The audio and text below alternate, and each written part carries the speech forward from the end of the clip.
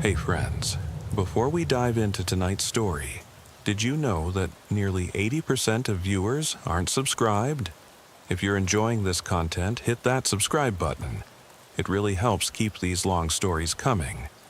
Also, for even more police horror stories, check out my new channel. The link's in the description and pinned comment. I'd love it if you stop by and subscribe. I'd love to hear from you. What time is it where you are and which city are you listening from tonight? Now, sit back, relax, and let's get into it.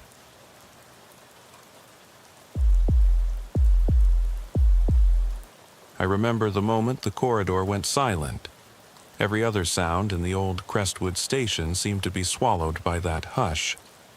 It was 2:17 a.m. on a November morning. The kind of night so cold your breath cracks like old paint. I'd been on the job 6 months, fresh from Philadelphia, chasing a quieter life for my wife and daughter. Instead, I found myself alone in that basement hallway, every fluorescent bulb flickering like a dying heartbeat.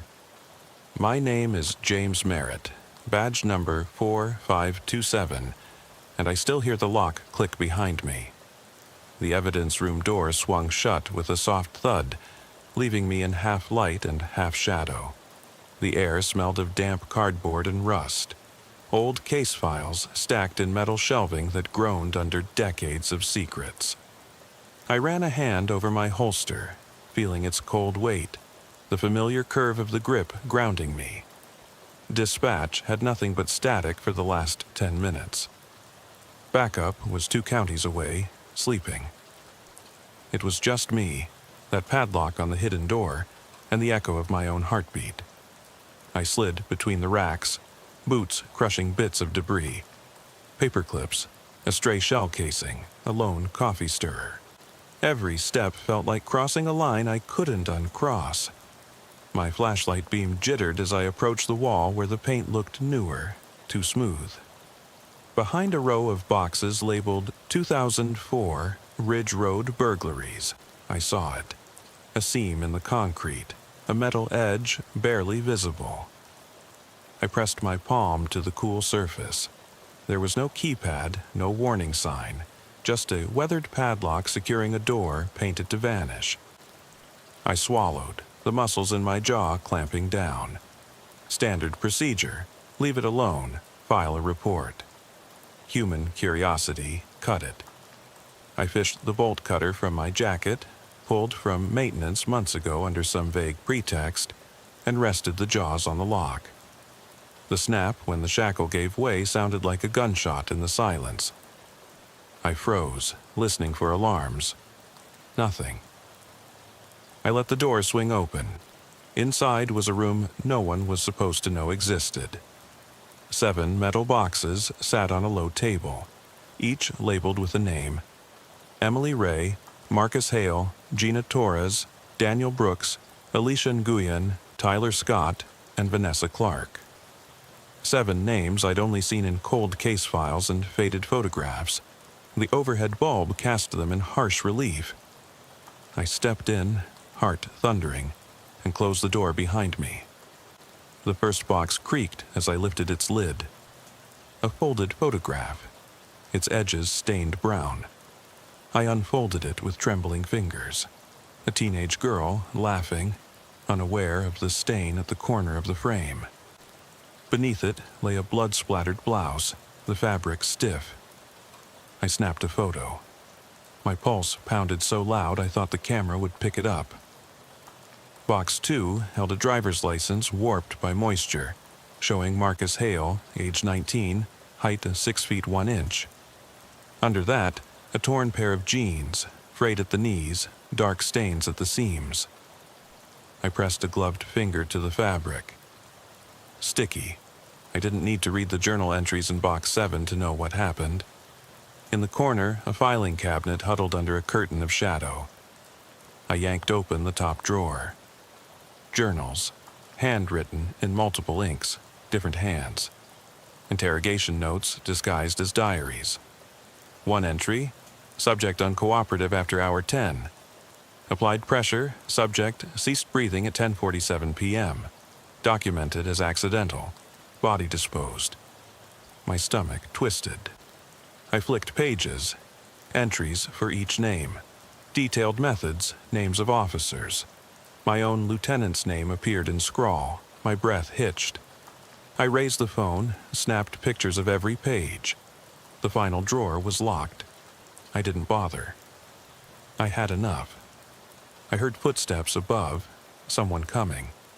I replaced the padlock, heart so loud I thought it would echo through the walls. Then I climbed the stairs, each step heavier than the last. Back in the squad room, I wiped my hands on my jacket. Lieutenant Holloway looked up, eyes narrowed. "You okay?" he asked. His voice carried the faint scent of bourbon. I nodded. "Just routine," I lied. The lie tasted like ash. That night I couldn't sleep. The motel room felt too bright. I lay beside my wife, stared at the ceiling. My daughter's breathing was soft against the monitor. I pictured those boxes, the stained clothes, the names. I wondered if they'd ever had someone to hold them, to fight for them. I clenched my fists until my nails bit into my palm. By dawn, I'd made the call, not to Holloway, not to Chief, to the Pennsylvania State Police Bureau of Criminal Investigation. I left a message. Officer Merritt, Crestwood, PD. I have proof, hidden evidence room, need immediate meeting. Then I drove back to the station, boots on gravel, radio silent. State troopers arrived before lunch. They slipped microphones into vents, cameras in ceiling tiles. I led them to the basement at 2 a.m., watched through night vision as Holloway and Chief Dalton conferred over empty boxes. Their faces, shock, then fury, played out in green glow. Every word caught, move the files, burn the journals, no loose ends. I stood back, voice in my headset trembling. Copy that, we've got it all. That evening, they arrested them. Holloway's jaw was tight as they snapped cuffs on him. Dalton's face went pale. I felt nothing. Relief was gone. The station emptied. Whispers followed me home. Now I keep the photos locked in a safe. I visit them sometimes, hold the bloody fabric, trace the names. I say them aloud: Emily Ray, Marcus Hale, Gina Torres, Daniel Brooks, Alicia Nguyen, Tyler Scott, Vanessa Clark. Their voices echo in my head. Tonight, I patrol under flickering streetlights, radio crackling with static. I pass the sealed Victorian station, its windows dark. The hidden door is boarded, plaque outside listing those names. I slow the cruiser, heart still racing. The hush in the station lingered even after the state police left.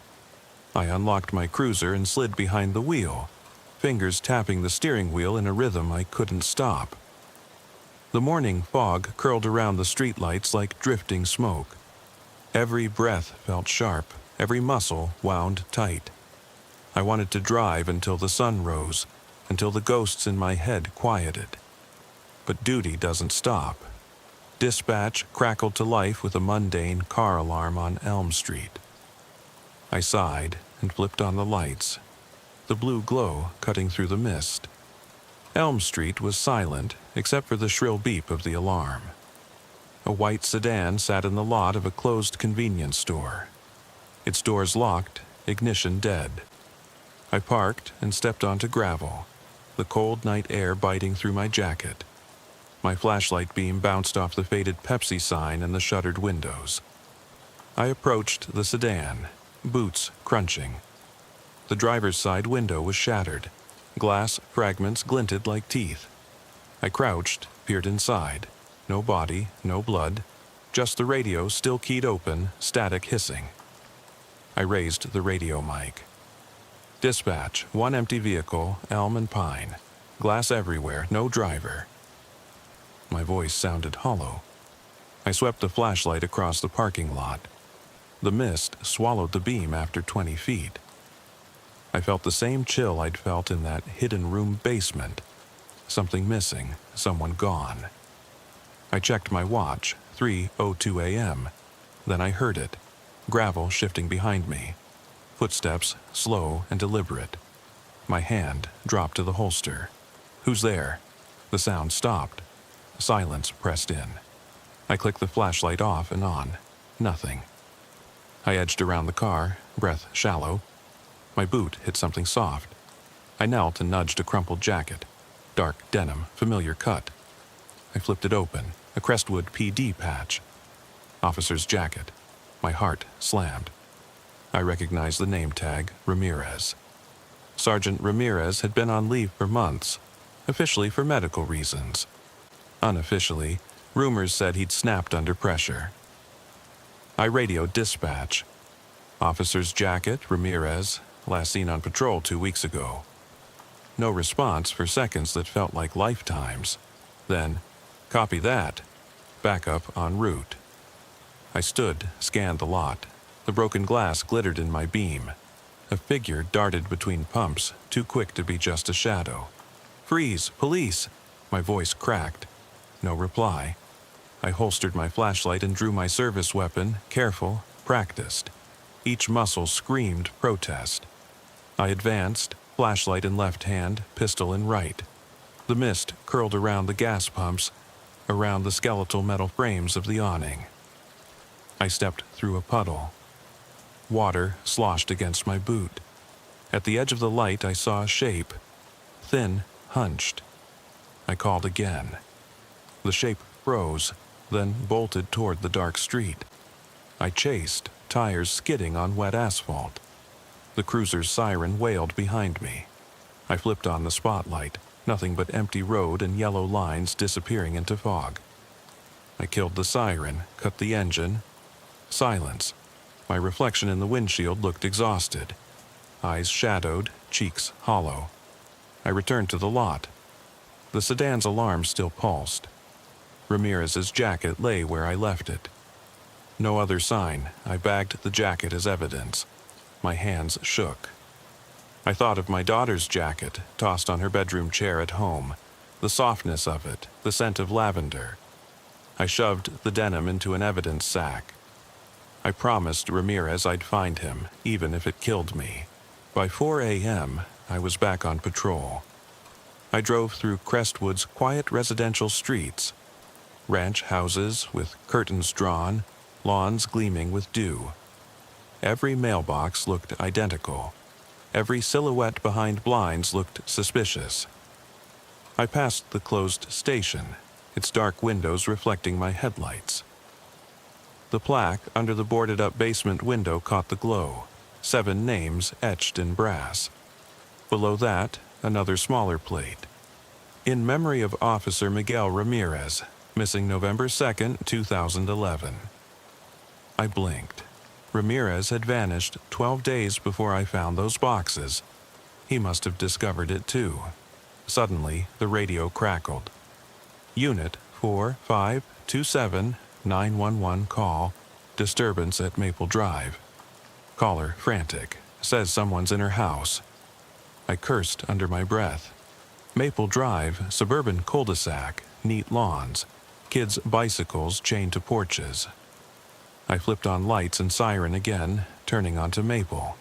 The street lamp at the end flickered. I slowed at number 7.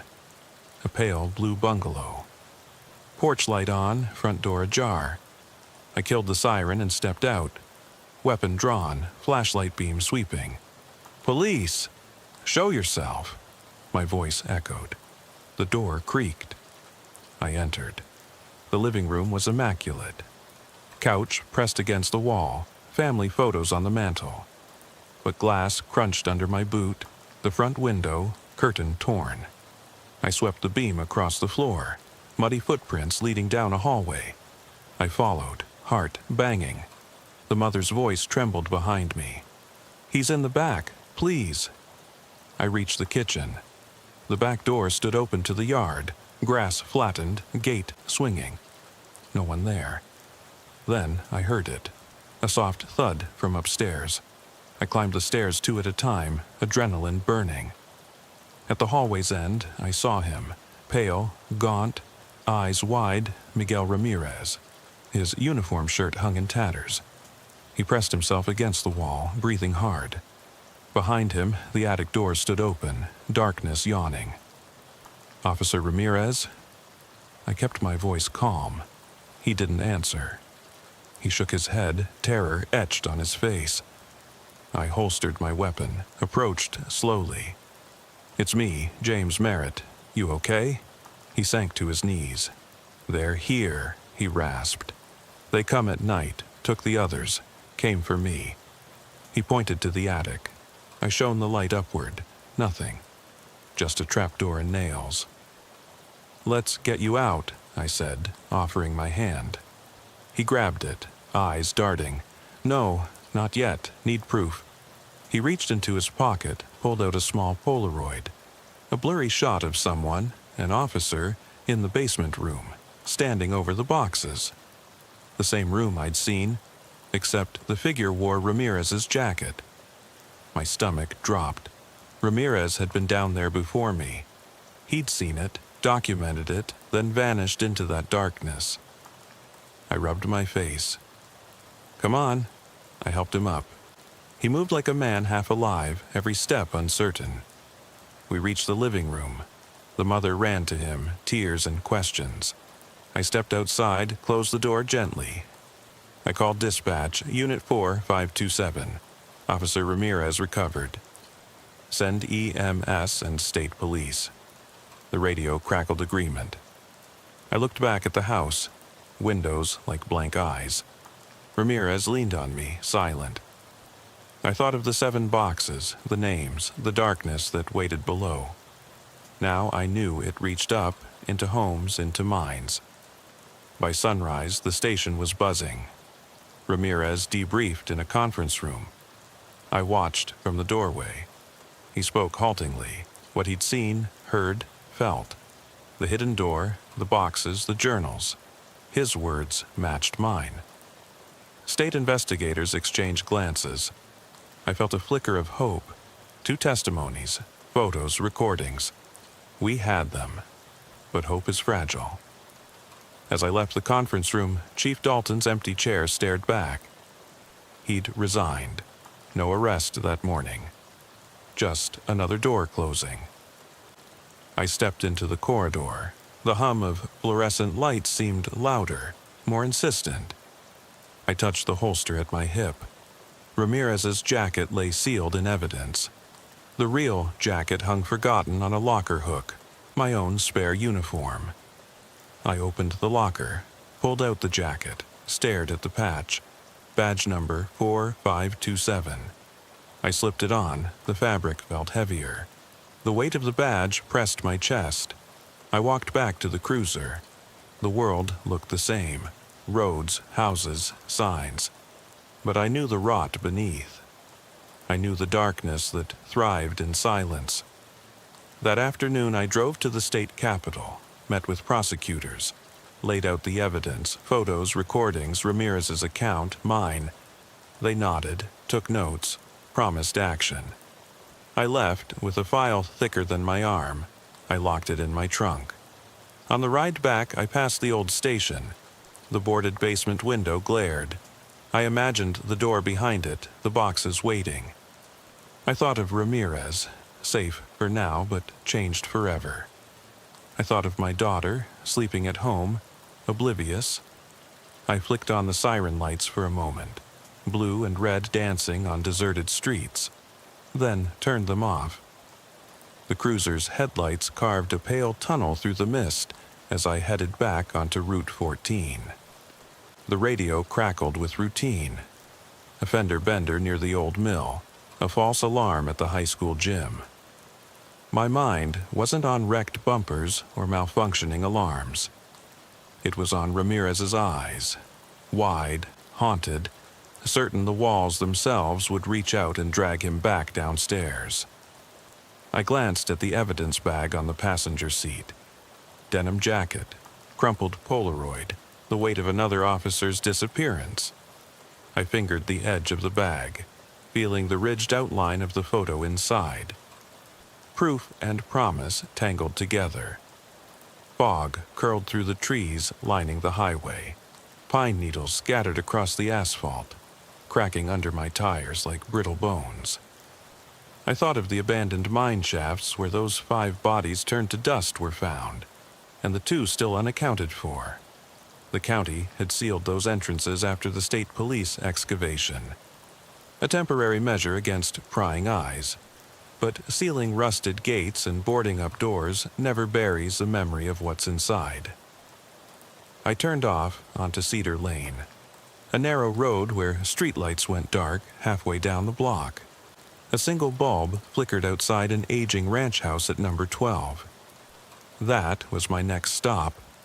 A routine welfare check on an elderly man who hadn't picked up his morning paper. Paperboy said no lights on. I eased the cruiser into the driveway, gravel spitting behind the wheels. The house looked empty, curtains drawn tight. I killed the engine, stepped out into the hush. My flashlight beam wavered as I approached the front porch. I called out, "Mr. Stanton, it's Officer Merritt. You okay in there?" No answer. The door was unlocked. I nudged it open with my boot. The living room lay in shadow. Faded floral wallpaper, a sagging sofa, a toppled newspaper rack. The morning paper lay scattered, headlines soaked in dew tracked inside. I swept the beam across the floor, muddy footprints leading toward the kitchen. I followed, heart tightening. In the kitchen, the back door stood slightly ajar. Beyond it, the overgrown yard glistened with dew. I stepped outside. The air smelled of damp earth and rot. Footprints continued across the grass toward the tool shed. I clicked on the spotlight, trained it on the shed's weathered door. The padlock was gone. "Mr. Stanton," I called again, voice low. The only reply was the drip of water from the shed's eaves. I edged closer, every instinct on edge. My hand hovered near the holster, fingers twitching. I pressed the door open. Inside, rusted tools hung on pegboard, a workbench cluttered with cans of paint. The beam landed on something that froze me. An outline on the floor where a body had lain, now gone. Oil stains dark on the wood. I swallowed. No sign of Stanton. I heard a soft scuff behind me and spun. Empty air. My flashlight caught a flash of denim on the workbench. A torn piece of Ramirez's jacket, the frayed cuff unmistakable. I snapped a photo.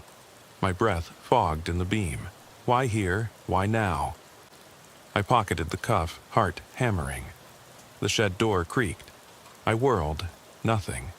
The world outside seemed too still, waiting. I stepped out, closing the door gently. The footprints led back to the house, then vanished at the threshold. I radioed dispatch. 4527. Welfare check negative. Possible break-in. Evidence collected. Request state police follow-up. My voice sounded brittle. Back in the cruiser, I locked the doors and sank into the seat. My reflection stared back, eyes red-rimmed, jaw clenched. I flicked on the dome light and examined the shed photo. Oil stains, scattered footprints, the frayed denim cuff. Ramirez's jacket was safe in evidence, but pieces of him kept turning up, like a trail of breadcrumbs leading deeper into the dark. Dispatch came back. Copy that. Next call. 911, hang up at Maple Ridge Apartments. I sighed, started the engine, and turned onto Cedar Lane. The mist thickened, swirling around the cruiser like living smoke. Maple Ridge Apartments was a squat brick building set back from the road, a single flickering lamp above the entrance. I parked, grabbed my gear, and approached. The front door buzzed, locked. I keyed the intercom. "Officer Merritt, Crestwood PD. Open the lobby door." Static, then a click. The door swung open. Inside, the lobby was deserted. Bulletin boards plastered with faded flyers, a broken vending machine, a threadbare carpet stained dark. I walked through the narrow corridor. Apartment 3B's door hung ajar, chain latch broken. I drew my weapon. "Police!" I called, stepping in. The apartment was small, kitchenette to the left, living area to the right. A woman cowered by the window, pale, eyes wide. "Thank God," she whispered. "He's in the bedroom." I nodded, edged past her, and kicked the bedroom door open. Empty, bed unmade, clothes scattered. On the floor, another piece of denim, this one a sleeve with Ramirez's name stitched above the pocket. My stomach turned. He'd been here. Something had brought him through these walls. I scanned the room, closet door ajar. I approached, hand trembling on the handle, threw it open. Darkness. I shone the light inside, nothing but hangers. Then the beam caught a notebook on the floor. I picked it up, Ramirez's handwriting. There, rewriting history.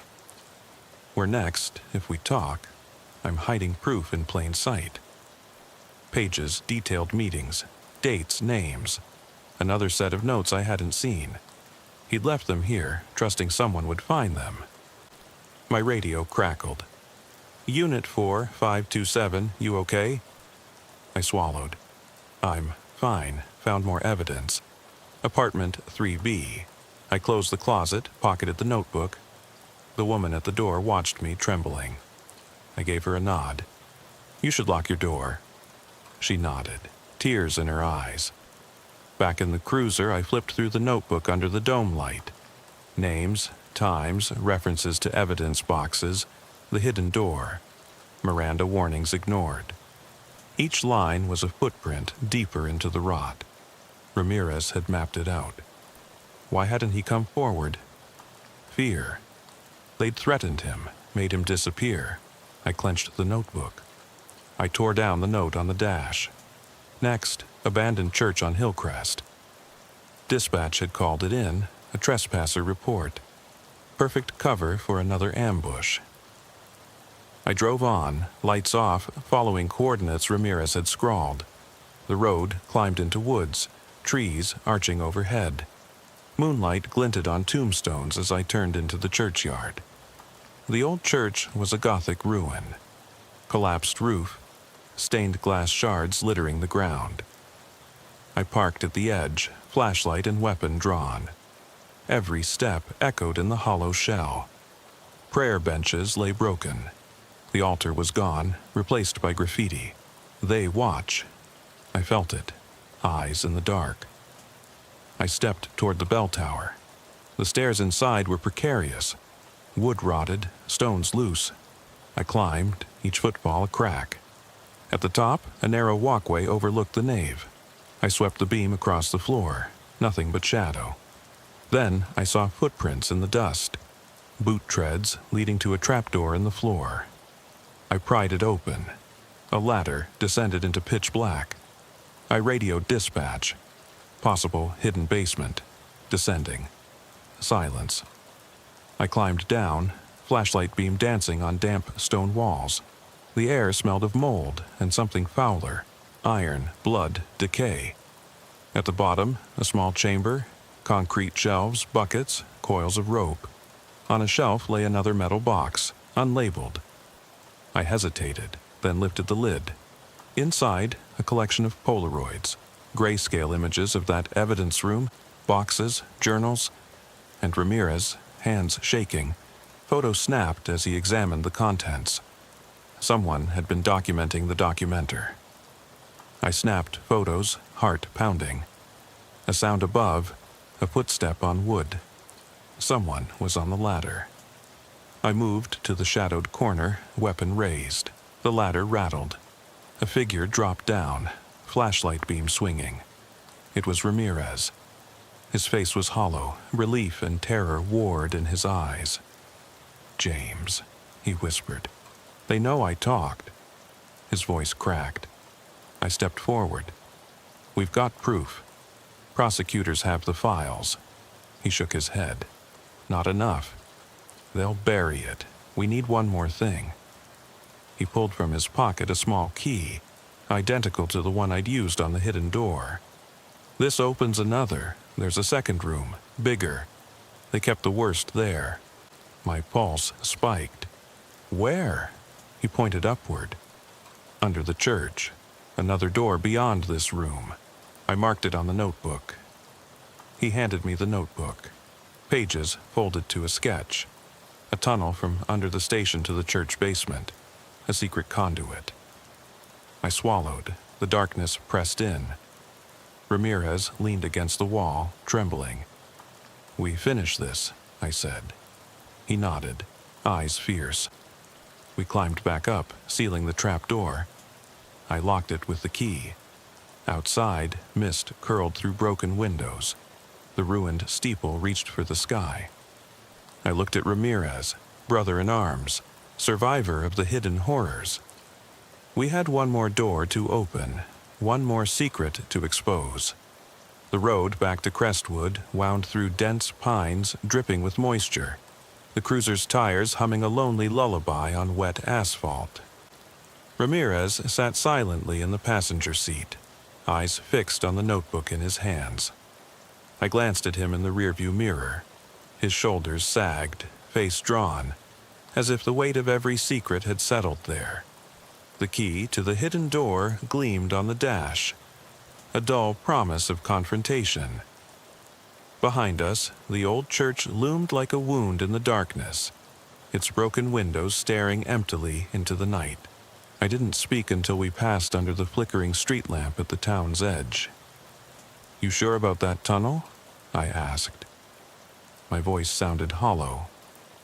Ramirez nodded, tapping the notebook. "It's real. I traced the layout from the blueprints I copied years ago. The basement under the station connects to a service shaft that runs beneath Main Street. It was decommissioned.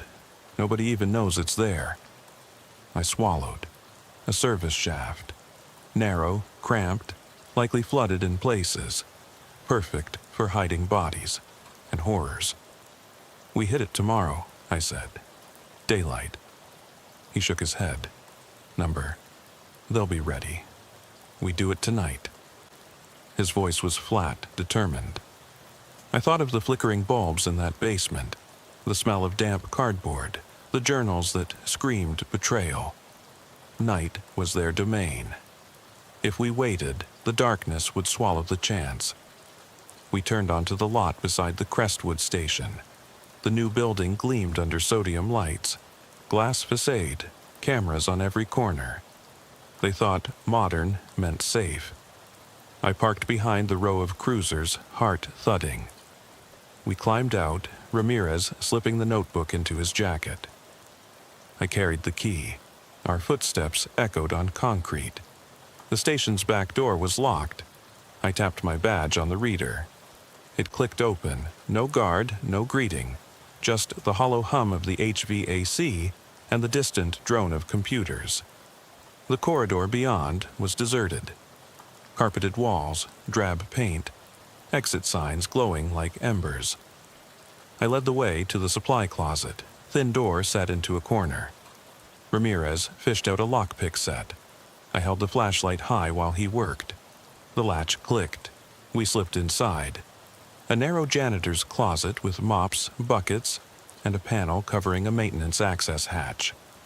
Ramirez dropped to his knees, wiping dust from the screws. He loosened them. The panel came away with a groan.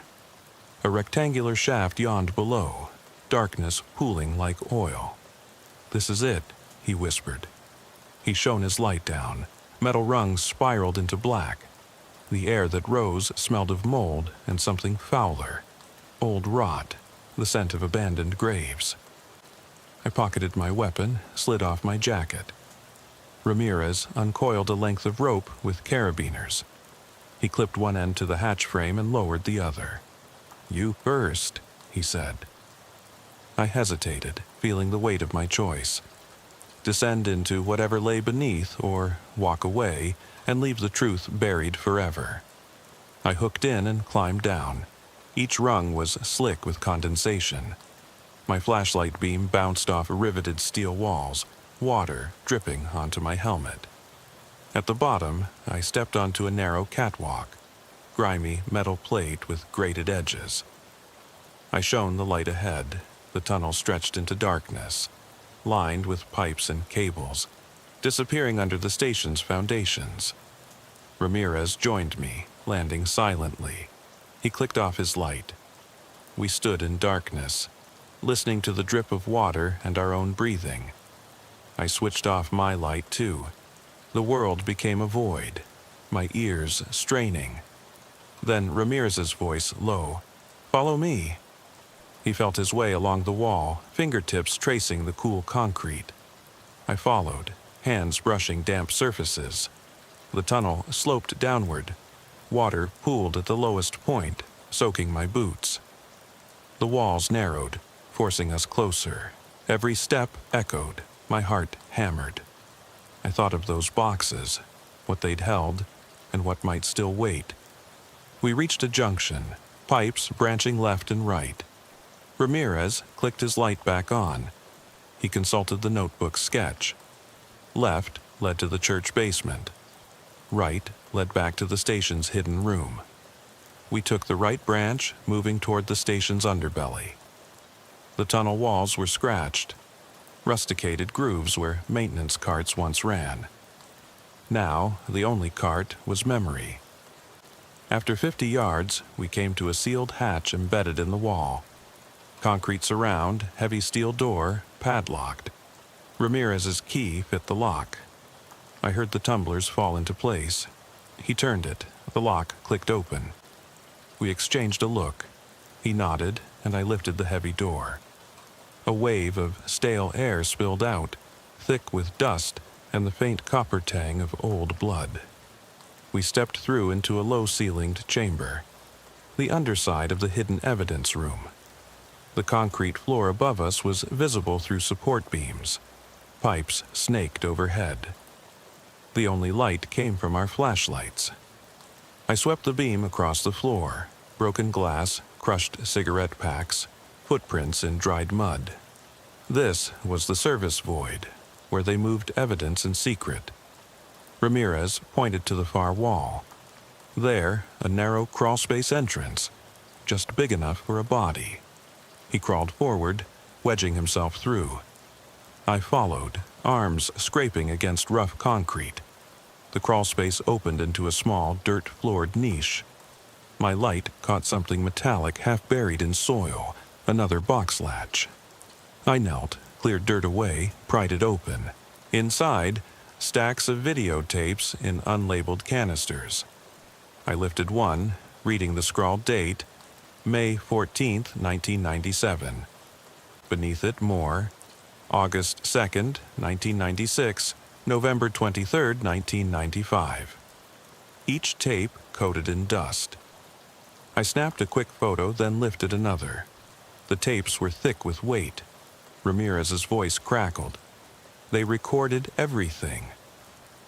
I unspooled one tape and found a small portable player in my pack. I plugged it in. The screen flickered. Grainy black and white footage of the evidence room. Officers moving boxes, laughing. Then the camera panned to a struggling young woman, Emily Ray, bound, terrified. The officer's face was shadowed. He raised a flashlight. Her scream echoed in the cramped room. I shut it off. My hands shook. Ramirez placed a steadying hand on my shoulder. "Gather them all," he said. "Photos and tapes." I stuffed as many as I could into my pack. We left the rest for state police to recover. I closed the crawlspace hatch. Ramirez locked it behind me. We climbed back through the tunnel, hearts pounding. Back in the station closet, I replaced the panel. Ramirez resecured the screws. We stepped into the hallway as though emerging from a dream. The carpet and drab paint looked unchanged, indifferent. I tapped my badge on the door reader to exit. The night shift clerk glanced at us, bleary-eyed. "Everything okay?" he asked. I nodded. "Routine check." Outside, the mist had thickened into a light rain. We climbed into the cruiser. I started the engine. Dispatch crackled. "Unit 4527, any status?" I spoke into the mic. "Evidence secured." State police notified, heading back to headquarters. Ramirez exhaled, staring at the city lights shimmering through the rain. "It's done," he said softly. I nodded. "We'll make sure it sees daylight." As we drove away, I thought of the 7 names on that plaque, of Ramirez's missing days, of the darkness we'd navigated. The tapes, the journals, the photographs, they would expose the rot once and for all. But I also knew that darkness didn't vanish with evidence. It lingered in the minds of those who survived, in quiet corridors, in the hush before dawn. And we were its witnesses. Tonight, we took the final step. But the road ahead, the trials, the reckonings, would be long. The mist closed behind us as the station receded into memory. My hand drifted to the pack on the seat, heavy with proof. I didn't feel relief. I felt the weight of promise, to those 7 souls, to Ramirez, to myself. The cruiser's engine idled as we sat beneath the drumming rain, the evidence packed between us like a shared secret. Officer Ramirez wiped his face with the back of his hand, smearing dirt and sweat into dark streaks. His eyes, once bright with defiance, now looked hollow, haunted by what he'd seen, what we'd uncovered. I watched the rhythm of his breathing, steady but strained, and I knew the next steps would test every ounce of resolve we had left. "Listen," I said, voice low over the rain. "We can't go back to the station, not yet." Ramirez nodded, folding the notebook and tucking it into his jacket. "They'll try to intercept us, leak a story, discredit everything." He glanced at the pack. "These tapes, if they get lost—" "They won't," I replied. "We'll take them straight to the state lab, secured chain of custody. No one in Crestwood touches them." I killed the engine and stepped out into the downpour. Rain soaked through my coat in seconds.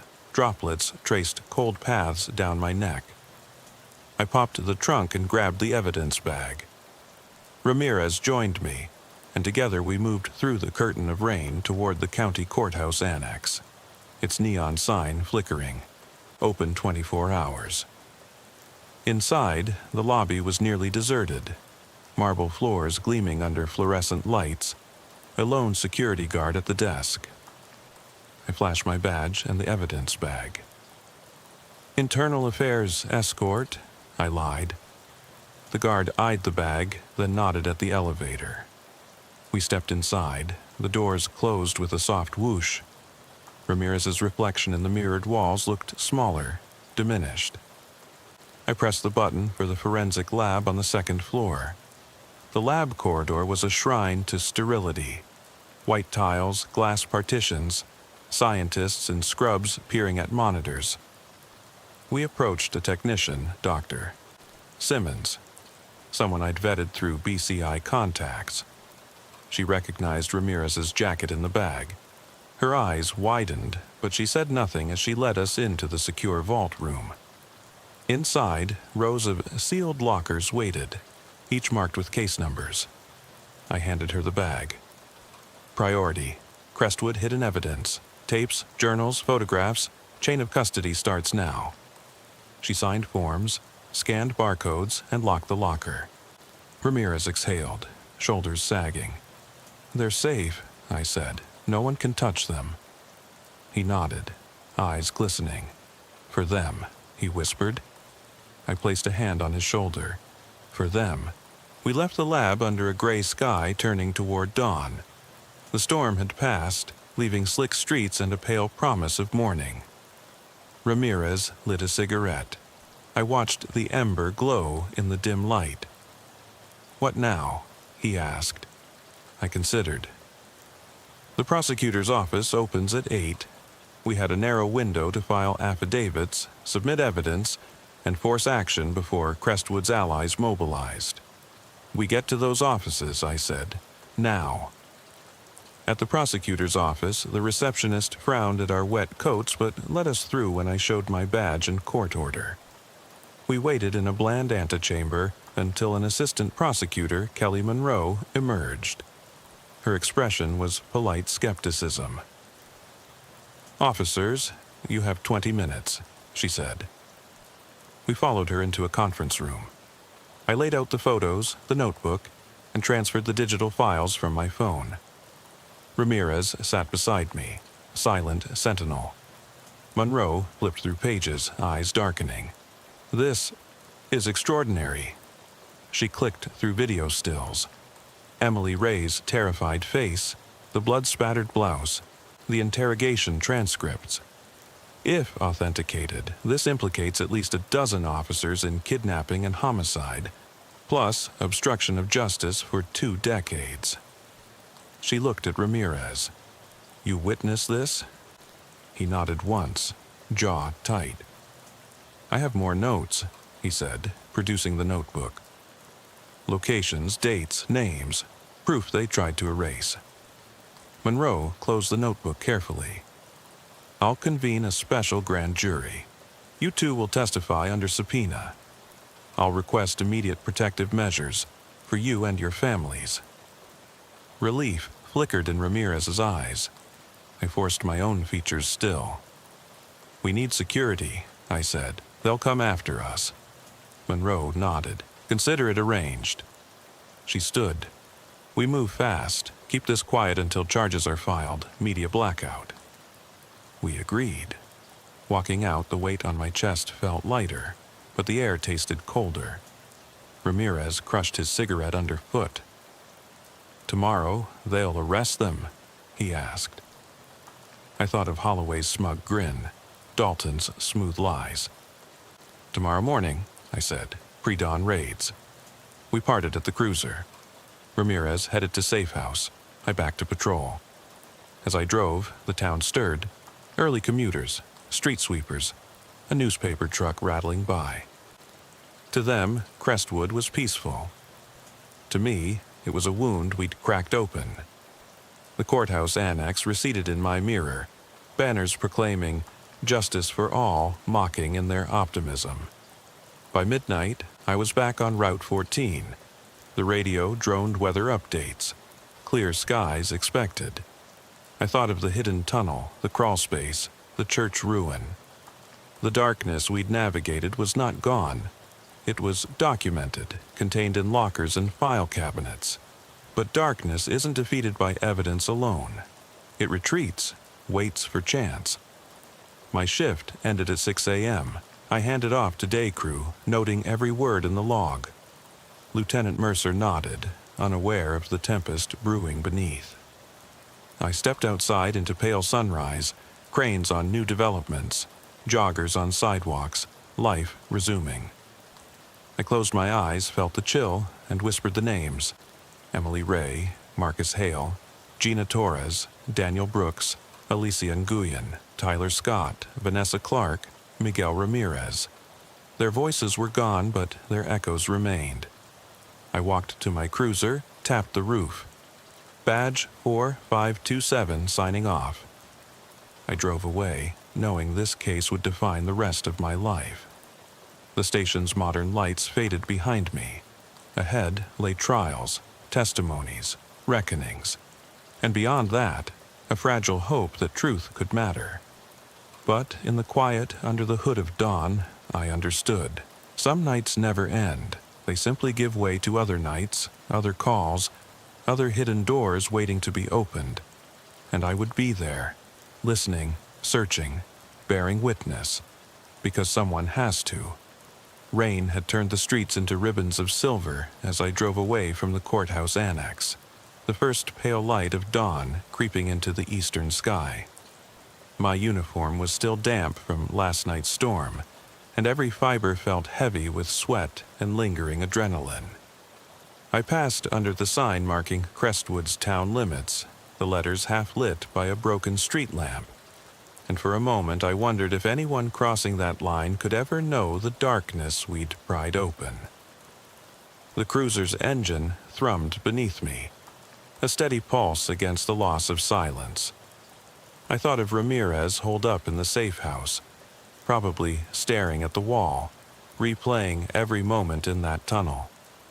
The man who had once been my partner in normal patrols, my backup on routine calls, was now a witness to something beyond the everyday crimes we were trained to handle. He'd lost something essential down there. Innocence, maybe, or the belief that the badge meant justice.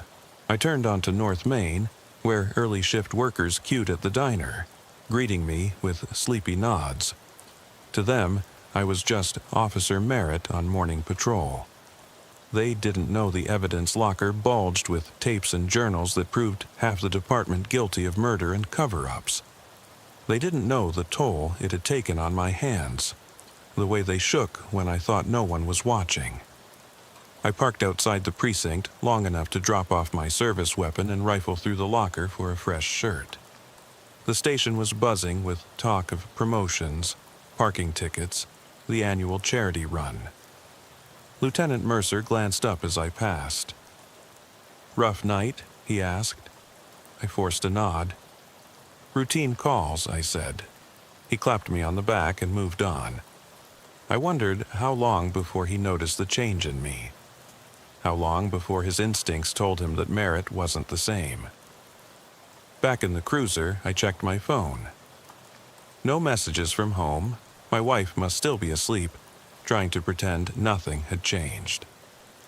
I didn't have the heart to call her. Instead, I keyed the radio. Unit 4527 in service. Dispatch crackled back with a list of minor nuisances: a barking dog, a speeding complaint, a false 911 hang-up. I acknowledged each one, but my mind was already elsewhere, on the judge's unsteady glance when we handed over the chain of custody forms, on the prosecutor's grim promise of protection, on the image of that battered blouse in the evidence room. My first real call came just before 8 a.m. An elderly woman locked out of her house on Willow Lane. I drove over, helped her through the window, and watched her shuffle back inside with a grateful wave. It was the kind of mundane good deed that officers live for, the simple act of making someone's day a little less miserable.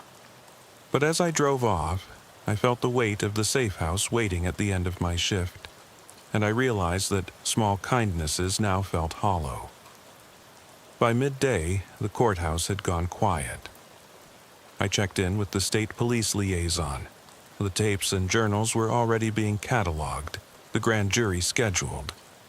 That was progress, but it came at a cost. I felt the first prickles of fear when I heard that Holloway's defense team had filed a motion to discredit Ramirez's testimony, claiming coercion and mental instability. They'd paint him as a broken man. Easy to do when no one saw the real him in that tunnel, only the shell he became. I grabbed a late lunch at a gas station cafe, the neon sign buzzing overhead. The waitress gave me a free refill, smiling as if I were any other customer.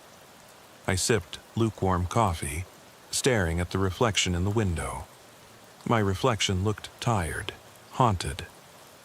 I shivered, realizing the cafe's fluorescent lights reminded me too much of that basement. I left a tip, tossed the cup, and walked back out into the sun, squinting against the glare. The afternoon brought a different kind of call, a disturbance at the Crestwood Mall. Security reported an agitated man refusing to leave a closed store. I arrived to find a teenager pacing in the food court, screaming into his phone about cops and corruption. I approached carefully, badge visible. "Son, let's talk." He spun toward me, eyes wild. "You don't understand. They're hiding bodies under your station. They framed my sister. She disappeared." My heart hammered.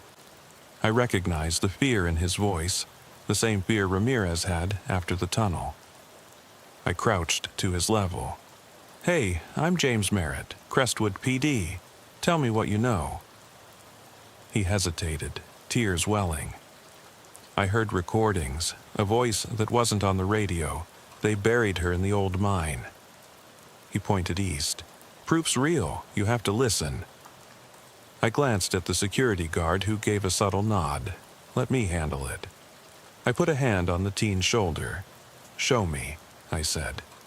He led me to his car, rummaged in the glove box, produced a crumpled cassette tape and a small handheld recorder. He pressed play.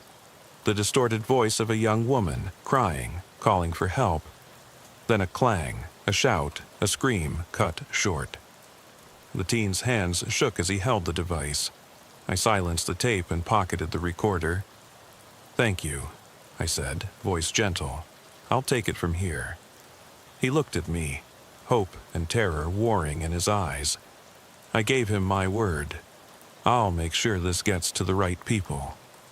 He nodded and walked away, leaving me standing under flickering mall lights with another piece of evidence I hadn't expected. The day was bleeding into evening by the time I returned to the station to file the new recorder. Lieutenant Mercer raised an eyebrow. "Another tape, Merritt?" I shrugged. "Just civilian evidence. Logging it now." He leaned back. "You sure you're up for this? You look like hell." I forced a laugh. "Just the flu," I said. He frowned but didn't press. I finished the report and left without waiting for shift change. Outside, the sky was bruised purple. I climbed into the cruiser, radio silent. I drove toward the old mine, pulled up at the locked gate, chains looped through rusted posts. I cut the lock with bolt cutters from the trunk. The teen's tape was in my jacket pocket, alongside the key to the basement, the Polaroids, the notebook. My pockets bulged with proofs of corruption, murder, cover-up. I slipped through the gate, heart pounding, and walked along the path to the mine entrance. The forest was quiet, too quiet, pine branches dripping dew, leaves undisturbed. My flashlight beam caught the steel door of the shaft, padlocked and tagged by the state police. I crouched, clipped the tag in the lock. A snap, a sigh of metal. I pulled the door open, the stale air washing over me. Rot, mold, the ghosts of those remains long gone. The shaft descended into black. I flicked on my light and climbed down the ladder. The walls were slick. The wood groaned. At the bottom, the tunnel stretched, heading toward the spots marked in the journals. Gravel underfoot. I thought of Emily's blouse, of Marcus's jeans, of every piece of cloth stiff with blood. I thought of the families waiting for closure. I thought of Ramirez, and the look on his face when he realized the church basement wasn't the only secret. My radio crackled. "Unit 4527. Status?" It was dispatch, but I didn't answer. I clicked the radio off. No interruptions. No risk of betrayal. I moved forward, beam cutting through dust motes. I came to the spot where the journal said they'd disposed of the third victim. The ground was disturbed.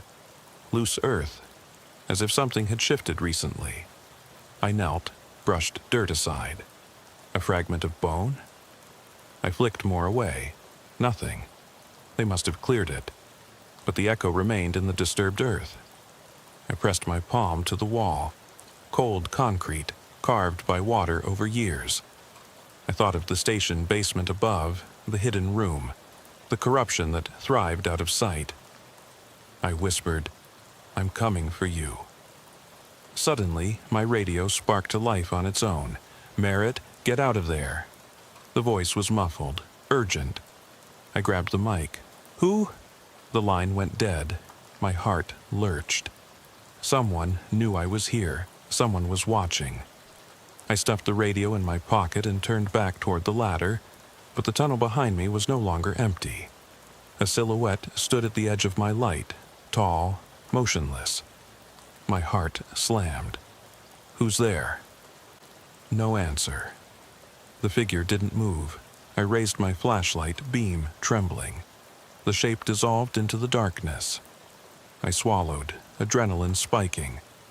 I climbed the ladder 2 rungs at a time, boots slipping on damp wood. At the top, I forced the door closed, padlocked it, and re-tagged it with state evidence tape, knowing whoever came next would break it again. Back in the cruiser, I sat panting, hands white on the wheel. The tape recorder and all its proof lay heavy in my coat. I turned the engine over. The dash lights blinked. The radio crackled. Unit 4527, are you there? I clicked the mic. I'm fine, investigating another lead. I drove away, eyes scanning every shadow. I didn't go home. Instead, I parked outside the safe house where Ramirez waited. I killed the engine and stepped into the rain-soaked night. The house lights were off. I knocked once. The door opened a crack. Ramirez's face appeared, hollow and exhausted. He stepped aside. I handed him the tape recorder. New evidence. He took it, voice barely a whisper. They know. I nodded. I saw someone in the tunnel. They're closing in. He swallowed. What do we do? I thought of the grand jury, the prosecutor, the protective detail promised. We disappear for a while. Let them think the trail's cold. He shook his head. We can't stop now. I looked at him, my partner, the man who brought the darkness into the light. We finish this, I said, but we do it smart. He nodded, determination flickering in his eyes again. We would vanish into safe rooms, feed leaks to the press, force action. We would provoke arrests so public there was no turning back. As we slipped inside, the rain washed the streets clean. The mist curled under street lamps like a living thing. I paused at the door, listening to the night. Somewhere in the darkness, secrets waited, lurking behind boarded windows, beneath the city streets, inside the hearts of those who believed loyalty trumped justice. I parked the cruiser 2 blocks from the safe house and killed the engine. The dashboard clock read 2:43 a.m. My spine ached from the crawl through the tunnel. Every bone felt bruised. Ramirez waited inside, leaning against the door frame, eyes red but alert. He held the tape recorder like a lifeline. Between us lay the notebook, the Polaroids, the patient weight of proof. Someone followed me, I said quietly as I stepped onto the porch. Rain-slick wood creaked beneath my boots. Ramirez's jaw clenched. He nodded toward the side window. I saw headlights across the street, engine off, just watching. We slipped inside without a word. The safe house was a rented cottage on the edge of town, anonymous among identical bungalows. Inside, the living room light cast harsh shadows on peeling wallpaper. Ramirez set the recorder and notebook on the coffee table. I locked the door, double-checked the deadbolt, then leaned against it, breathing hard. Listen, I said. I hit play on the recorder. The teen's tape crackled. The woman's voice, frantic. The clang of metal, her scream. Then a man's voice. Quiet or you're next. The tape cut. Ramirez swallowed. That's Stephanie Turner, disappeared last spring. No one believed her cousin's story. I felt bile rise. Another victim, another family robbed of answers. We need to get this to Monroe now, I said. She needed to present this to the grand jury before Holloway's team shredded Ramirez's credibility. Ramirez shook his head. We can't risk moving during daylight. They'll tail us. I rubbed my temples.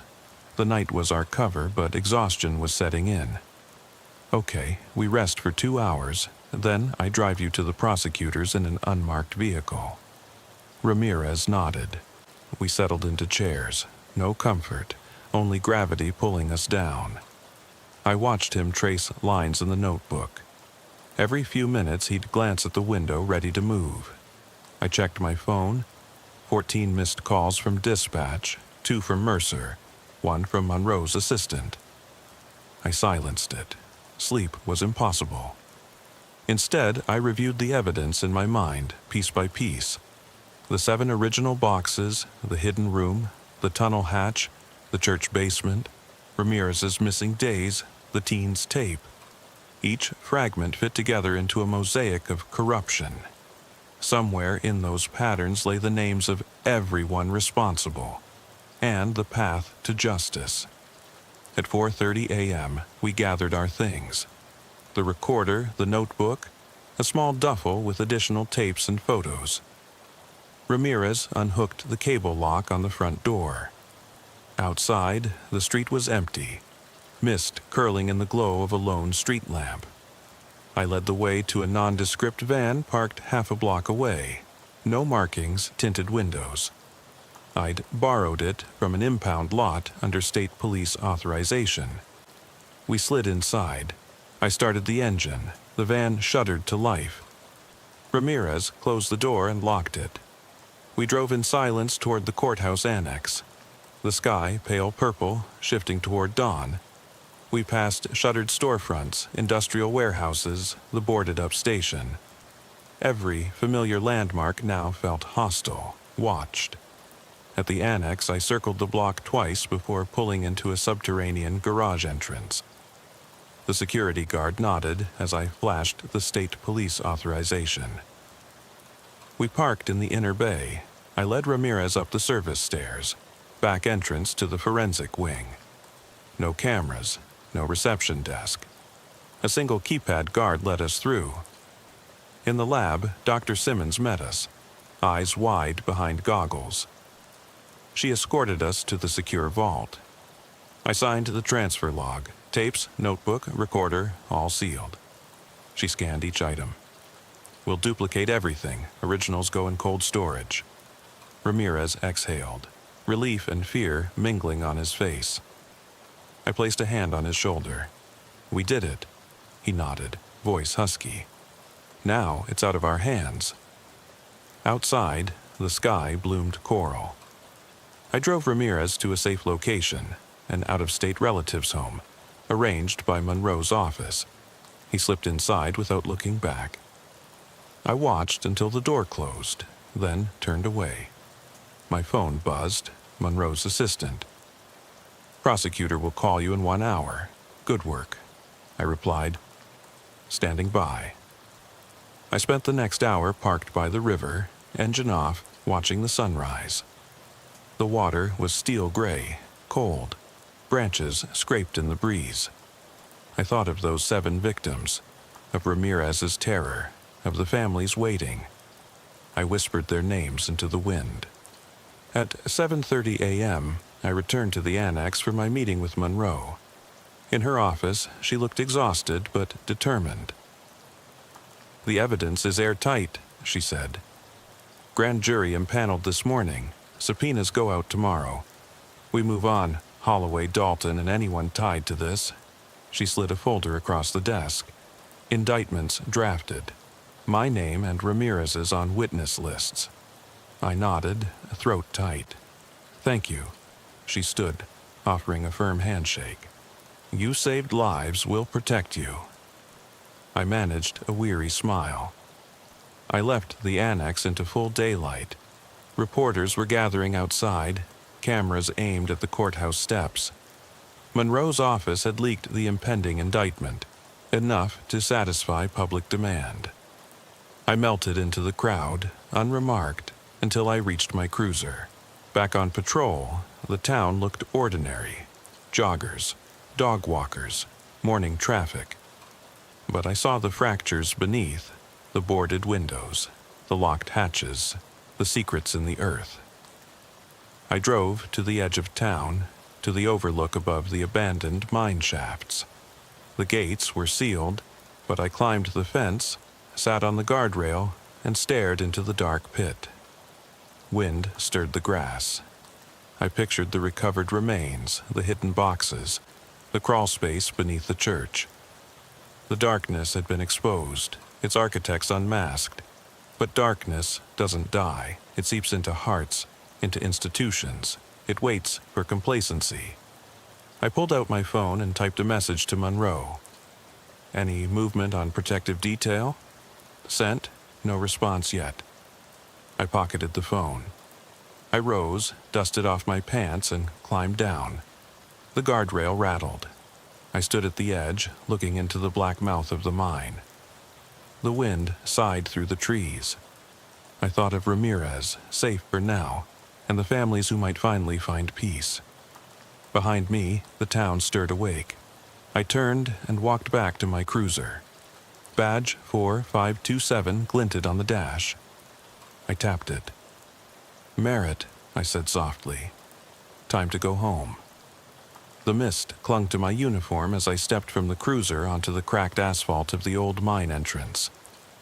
Dawn's gray light was seeping into the eastern sky, but it did nothing to brighten that yawning shaft. The padlock I'd snapped off yesterday lay cold in my palm, a reminder that locks don't keep secrets, only delay them. I slid the heavy door open and ducked inside, the beam of my flashlight slicing through damp air. Gravel crunched underfoot. Every breath tasted of iron and rot. My radio, tucked into my jacket, crackled once with static, then died. Good. No interruptions. No risk of someone ordering me out. I was alone, deep beneath the town that still slept, unaware of what I carried in my pack, the battered Polaroids, the spiral notebook of confessions, the teen's recorder, and half a dozen tapes stamped with dates from the 1990s. All proof that the department sworn to protect had become an executioner's guild. I climbed down the ladder into the tunnel, each rung slick with condensation. At the bottom, the narrow corridor stretched away, lined with corroded pipes and broken wiring. I moved slowly, methodically, following the map scrawled in Ramirez's notebook. The tunnel sloped gently downward, then rose in a slight incline, exactly where the sketch said the secret conduit branched toward the station's hidden evidence vault. My boots splashed through a shallow puddle. The beam caught shapes in the darkness. Discarded cigarette butts, a stray shoe sole, scuff marks from boots, evidence of other late-night visitors. My pulse hammered. Someone else had been here since Ramirez and I closed the hatch. Someone curious, or someone checking the locks. I paused at a T-junction. To the left, the way back to the church basement.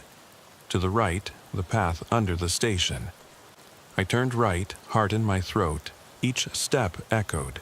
The air grew colder. My breath formed small clouds. I thought of Emily Ray's laughter frozen in a photograph, of Marcus Hale's torn jeans, of the slick bloodstains pressed into fabric. I forced the images away and focused on the tunnel wall until I saw the outline of the maintenance hatch, buried under years of grime, but unmistakable. I knelt, tracing the rectangular edges with my fingertips. Ramirez's key fit perfectly. I unlocked the hatch and swung it open. A rush of stale air spilled out. I shone my light into the void. The underside of the secret room floor, metal support beams, the padlock glinting on the floor above. I dropped the beam, peered up through the grating. The floorboards overhead were warped, damp, but intact. I tapped the grating, solid, too solid. I climbed through, scraping my arms on rough wood, and emerged into the cramped crawl space beneath the evidence room. Dirt beneath my knees. Alone again. I shone the light around, shattered glass, a coil of rope, footprints in dried mud leading to a small door I'd never seen from above. This was the second hidden door Ramirez had warned me about, the one that led to the worst of what they'd hidden. My flashlight shook as I approached. The door was reinforced steel, no padlock but heavy bolts from the inside. I pressed my shoulder against it. It budged slightly, then stuck. I whispered, "Come on." My hand closed around a bolt. I slid it free. The door creaked open on rusted hinges, revealing a stairwell descending into absolute black. I hesitated. Every instinct screamed to turn back, but someone had to walk this far. I flicked on my light and started down. The stairs were narrow, slick with mold. The air grew fetid, an acrid stink of decay and chemicals. My stomach rolled. I swallowed hard, forcing myself onward. At the bottom, I stepped into a chamber so still it seemed to hold its breath.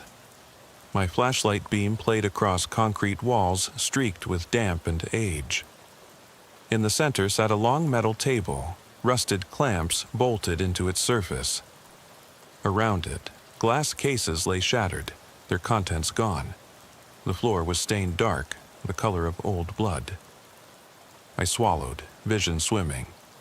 Then I saw them. Rows of empty shelving units, each labeled with names: Emily Ray, Gina Torres, Tyler Scott. And beneath each label, nothing but dust. The boxes I'd seen above had been stripped clean. Someone had taken everything valuable: the clothes, the Polaroids, the journals. All that remained were the labels and the stains on the floor. I stepped forward, boots echoing. I ran a hand along a label plate. Vanessa Clark. My knuckles whitened. I pictured her mother, waiting for answers. The emptiness here was louder than any scream. My flashlight beam caught movement, shadows pooling at the edge of the light. I froze. Someone stood in the corner, face hidden. A soft click, my radio reborn. "Merritt, respond!" I yanked it out. I'm in the vault," I whispered, voice trembling. "They've cleared it. The boxes are empty." The voice on the other end stuttered. "Get out, back to surface, now!" The stranger stepped into the beam. Lieutenant Mark Holloway's face, older, harder, eyes cold. He held something in his hand, a single Polaroid, the battered blouse from Emily Ray's box. He studied it, then looked at me. "You shouldn't have come back," he said softly. My hand went to my holster. "It's over," I said, voice louder than I felt. "State police have the tapes, the grand jury." He laughed, a dry sound that echoed. "They don't have this." He lifted the photo. "This is the original. The rest? They're fakes we let you find. We moved the real evidence long ago. Tonight we finish this." He took a step forward. I drew my weapon. "Step away," I ordered. My voice wobbled. "You're under arrest." Holloway's lips curved. He dropped the photo onto the floor. "Arrest me? You? This badge means nothing down here." He motioned, and two figures emerged from darkness. Officers in plain clothes, faces set. They crossed the room. My heart thundered. Backup was minutes away at best. Ramirez? He thought I was safe below. He'd be coming, just as Holloway planned. I raised the gun, finger on the trigger. "Get back!" I shouted. They hesitated. Then Holloway lunged for the photo, crushing it under his heel. The image curled, edges blackening. He kicked it toward me. "Look at it," he hissed. "This world you protect, it's ours. You found corridors and doors, but we control the locks above." My radio crackled. "Unit 4527, emergency?" "Report." Holloway smirked. "They can't hear you." The other officers advanced. I backed against the wall, breathing hard. The table's clamps gleamed. The air was thick with threats unspoken. I had one shot: to draw, to fire, to risk everything, or to run, retrace my steps through the tunnel, and bring real evidence back in time. My finger tightened on the trigger. Echoes of Emily's laughter, of Gina's terror, of Ramirez's haunted eyes filled my mind. Justice demanded this moment. Then the light snapped on overhead, floodlights from the hatch above. Figures peered down.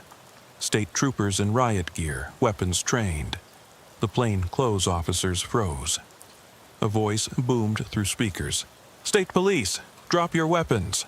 Holloway snarled, stepping back. I stood, panting, gun raised. The troopers spilled into the room, securing Holloway and his men in cuffs. Above me, the hatch clanged shut. I lowered my weapon, legs trembling. One trooper handed me a flashlight. I shone it on the ruined shelving. "We got it," I whispered. "All of it." Holloway glared as they led him away. "You think this ends it?" he spat. "There are more doors, more rooms. You've only begun." His words trailed as they dragged him up the stairs. I watched until he vanished. The chamber was silent again. Empty shelves, dark stains, The weight of truth laid bare. I knelt, gathering the crushed Polaroid fragments. I pocketed them. On the radio, Unit 4527, status? I sat back on the table, flashlight beam dancing on blood-dark concrete. It's over, I said. We found the rest. My voice echoed. They're coming up now. Footsteps on the ladder. Ramirez climbed through, face pale. He saw me, saw the troopers processing evidence. Relief flooded him, then sorrow as he looked at the empty shelves. I patted his shoulder. You did it, I said. We did it. He nodded, tears in his eyes. I rose, brushing dust from my coat. The chamber felt colder now, the truth heavier. We locked the door behind the troopers, sealing the vault. Above, the station lights blinked. We climbed the ladder into the corridor, blinking in the harsh light. Our footsteps echoed through the supply closet, down the hallway, into the station's heart. Officers looked at us with relief and awe. Outside, dawn fractured the sky with pink and gold. We stepped into fresh air, escorted by state police. Reporters shouted questions. I swallowed. Ramirez stayed close, his hand on my back. I looked back at the station's facade, sunlight glinting off windows, hiding the scars beneath. The hidden doors were closed, the room sealed.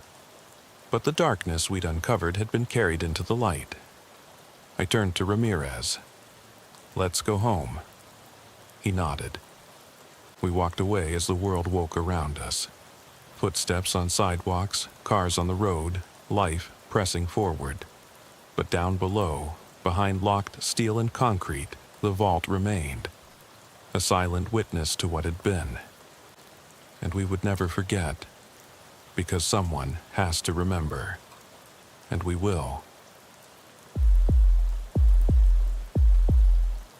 I stepped onto the precinct steps just after midnight, the damp chill of Oregon air clinging to my uniform.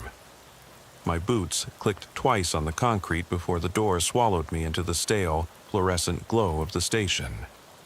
The corridors were empty, save for the hum of aging ventilation and the distant click of a camera shutter from the basement darkroom.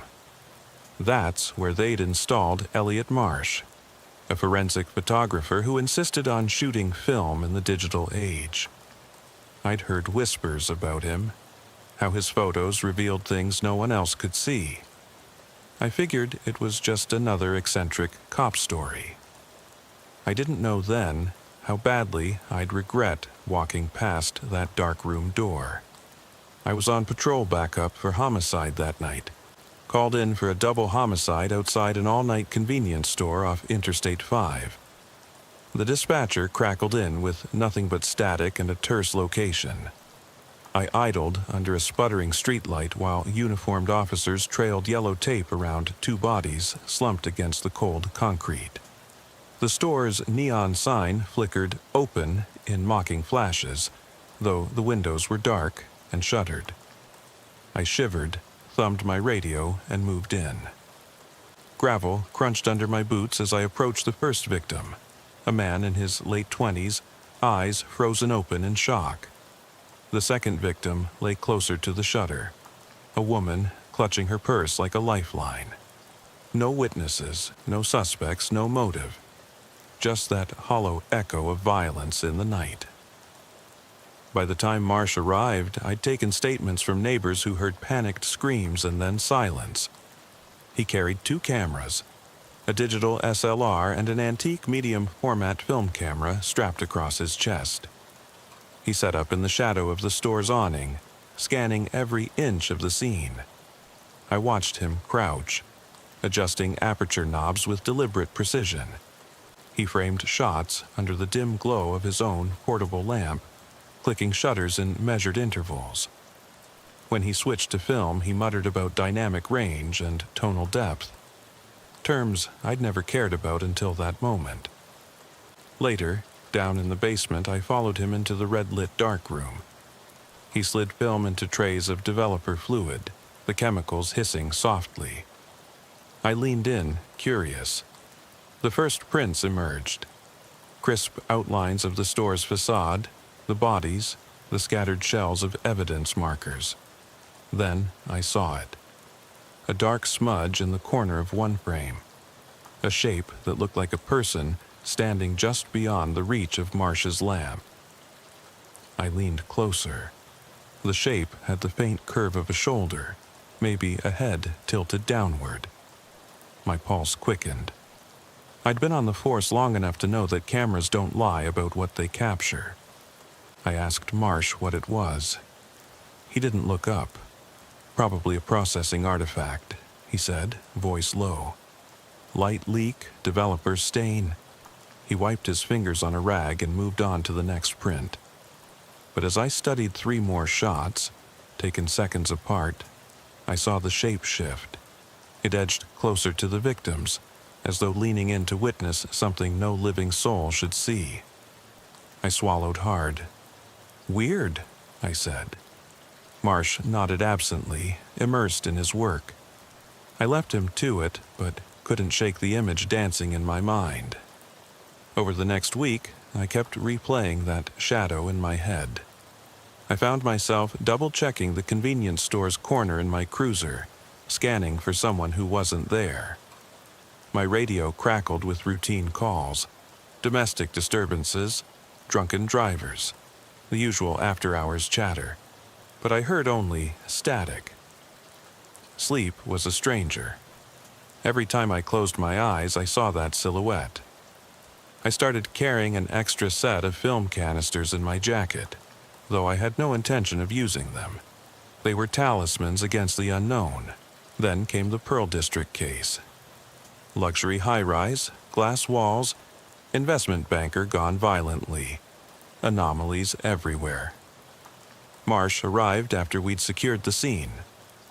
I watched him kneel by a shattered glass coffee table, angle his camera into the living room's far corner, then train it on the bedroom across the hall. He shot dozens of frames, each one a study in light and shadow. The city skyline gleamed behind him, oblivious to the bloodstains he documented. Later, in the same darkroom, I watched the prints materialize under deep red glow. And there it was again, a dark form in the bedroom corner, distinct this time.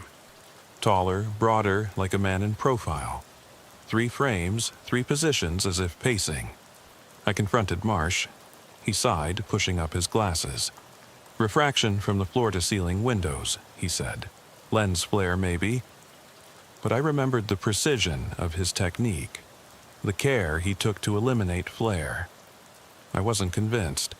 I asked him if he'd seen anything while shooting. He shook his head. Nothing I noticed. But his eyes were distant, like he'd seen something he didn't want to admit. I began digging into his past. Seattle homicide files, unsolved cases, old photographs. I found reports of unexplained shadows in crime scene photos, cases that went cold. Detective Linden and I compared notes. Seattle, Portland, the same anomalies. We took our concerns to internal affairs.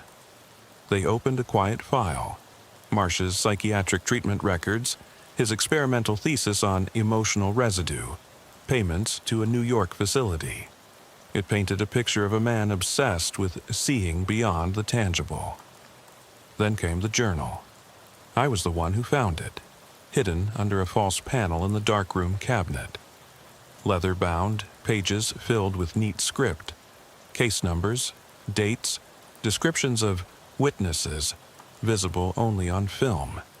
Instructions for adding psychoactive compounds to developer baths, belladonna, DMT derivatives, to draw out these witnesses. Entries cataloged personal items from crime scenes, mementos he'd filched, a child's ribbon, a woman's earring. Each item paired with a photo showing the shadow looming over it. My hands shook as I snapped pictures of his notes. That night I barely slept. Every sound in my apartment felt amplified, the hum of the refrigerator, the creak of floorboards, my own breathing. I checked my service weapon twice before bed, ran my fingers along the grip like a lifeline. I thought about those shadows, what they were, why Marsh pursued them. I thought about the officer's oath to protect, and how I felt protectless against something I couldn't define. When Marsh disappeared just before Christmas, leaving his apartment empty save for that journal and a box of undeveloped film, I felt a hollow relief and a deeper terror. The film he left behind revealed scenes of violence in places no department had ever logged. A derelict cabin in the Cascades, a deserted gas station off Highway 20, an abandoned silo outside Spokane. In every photo, the silhouettes stood closer, sharper, almost aware. 3 scenes matched missing person sites discovered days later. The rest remain mysteries. Now, years later, I still carry that journal's weight. I still catch my breath when a stray shadow crosses my path. I still leave the darkroom lights on when I process evidence. Because I learned that the camera doesn't just record what we see, it can expose what's always been there, waiting in the darkness. And some things once seen can never be unseen. My sleep that night was fractured. Slivers of dreams haunted by that shape in the darkroom, the way it leaned in, watching. I woke at 3 a.m. to the shriek of my phone. A silent alarm at an automated gas station 12 miles east on Highway 20. I tossed on my jacket, grabbed my flashlight, and drove through drifting fog, the road slick and empty. The station looked closed. Lights off, pumps idle, but the alarm panel blinked red beneath the canopy. I stepped onto the concrete under the neon glow, flashlight beam slicing through the mist. The air smelled of gasoline and damp earth. The station kiosk window was cracked, a jagged line through the plexiglass. Inside, rows of energy drinks and candy bars sat undisturbed. No sign of forced entry beyond the window. I called dispatch. "This is 4 Adam 12. I've got a silent alarm, no movement inside." My breath puffed white. I crossed to the door, hand on the handle. Inside, the floor was immaculate. No footprints in the dust, no overturned displays. I swept the beam across the aisles. Canned soup, jerky, lottery tickets, nothing out of place. Yet, my skin prickled. I moved toward the back room, boots echoing on linoleum. The spare key hook lay empty. A single film canister rested on the counter, labeled in neat handwriting. October 31st, 2007, PS number 309. I froze. That date matched the Crowley homicide prints Marsh had shot. I snapped a photo with my digital heart hammering. I inspected the canister under the flashlight.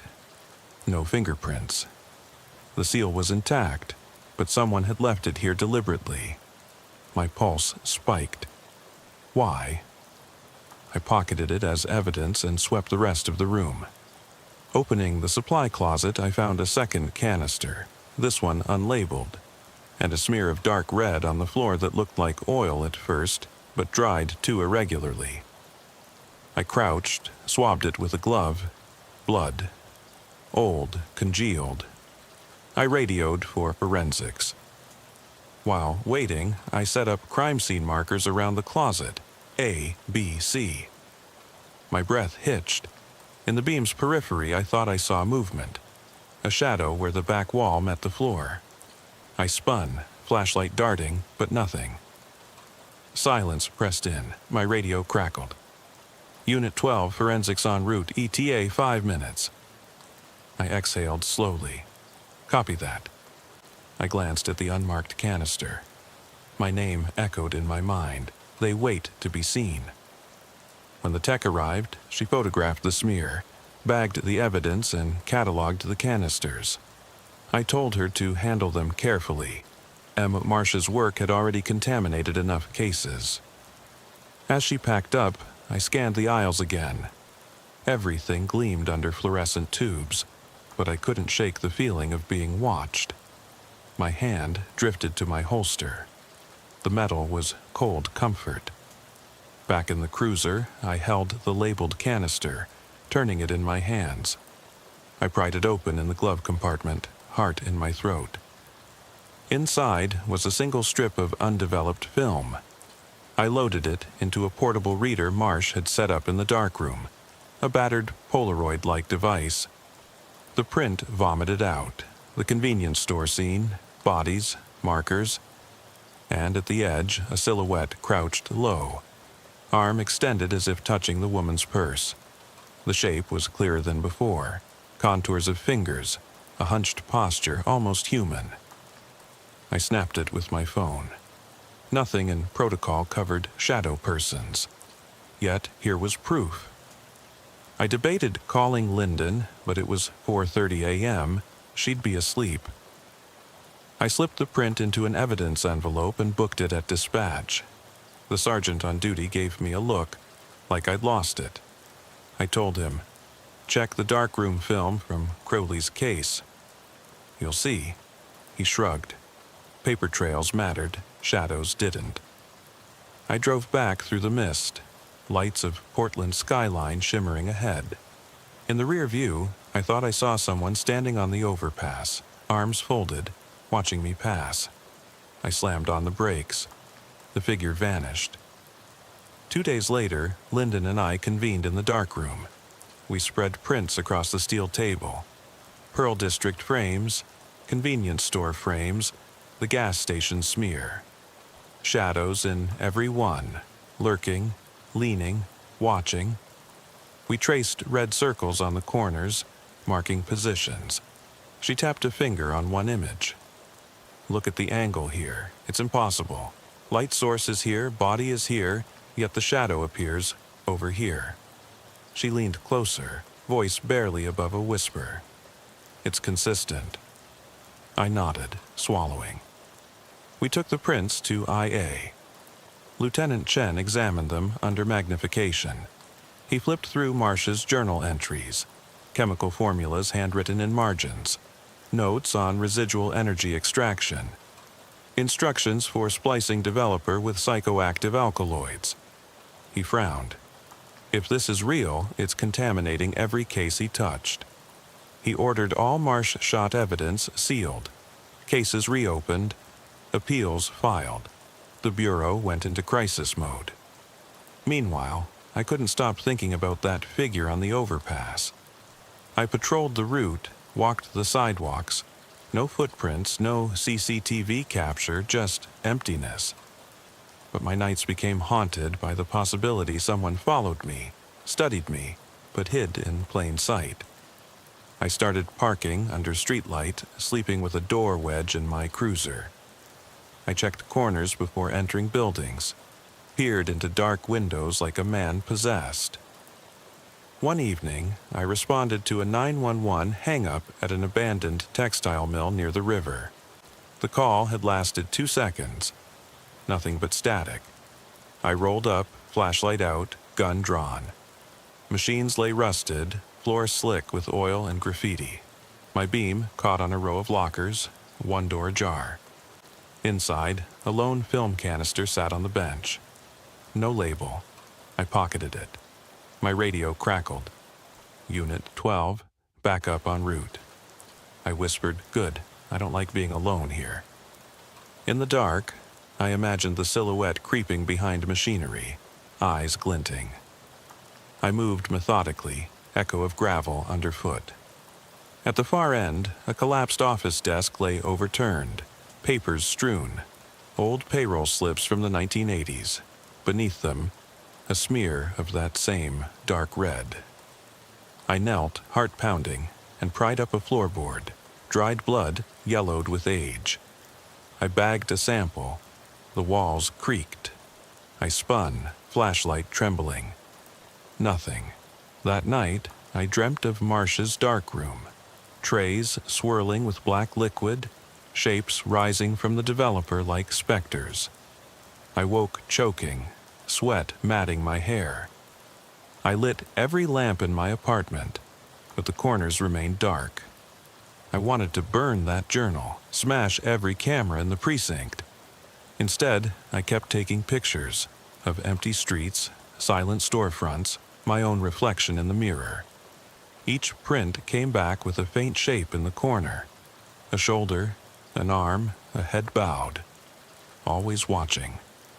I began to question reality. Were these artifacts, or was I seeing the same phenomenon Marsh chased? Had I become an unwitting participant? Every call I answered, every scene I processed, I expected the darkness to move, to pulse with unseen life. My partner asked if I was okay. I lied, just tired. But I knew I was changed. Now, standing under the precinct's flickering light, I fold my report. Another silent alarm, another abandoned scene.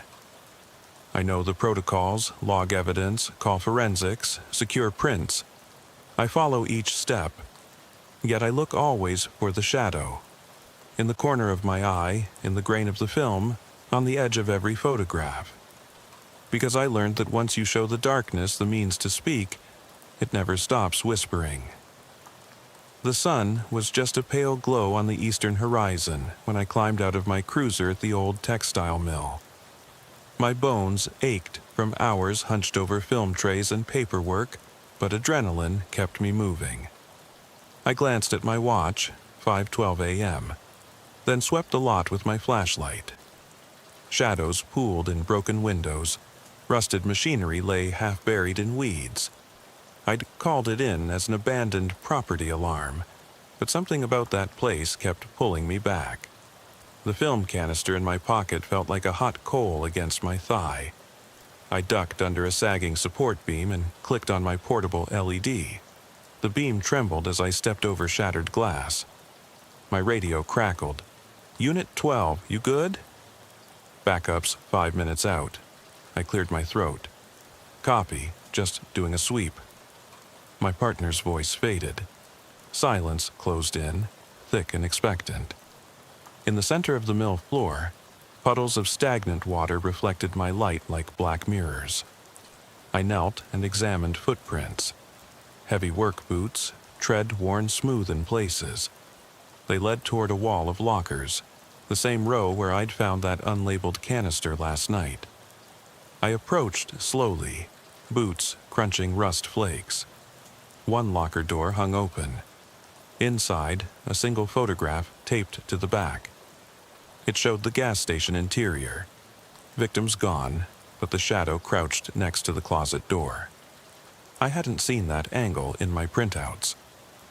I lifted the photo, heart slamming. On the back, scrawled in fine script, "They follow the lens." A sudden clatter echoed from the mezzanine above. I snapped the photo into my pocket and drew my weapon. The beam cut upward, broken catwalks, tangled cables, darkness thicker than night. My breathing echoed loud in my ears. "Police, come out!" No answer. I crept forward, every step mindful, flashlight leading the way. At the base of a collapsed staircase, I saw fresh footprints in the dust. Smaller, barefoot impressions heading upward. I swallowed hard, climbed the wreckage. Each step moaned beneath my weight. At the top, I found a narrow corridor lined with office doors. The farthest door was ajar. Inside, a desk lamp glowed faintly. I approached, heart in my throat. On the desk lay an open journal, Marsh's handwriting.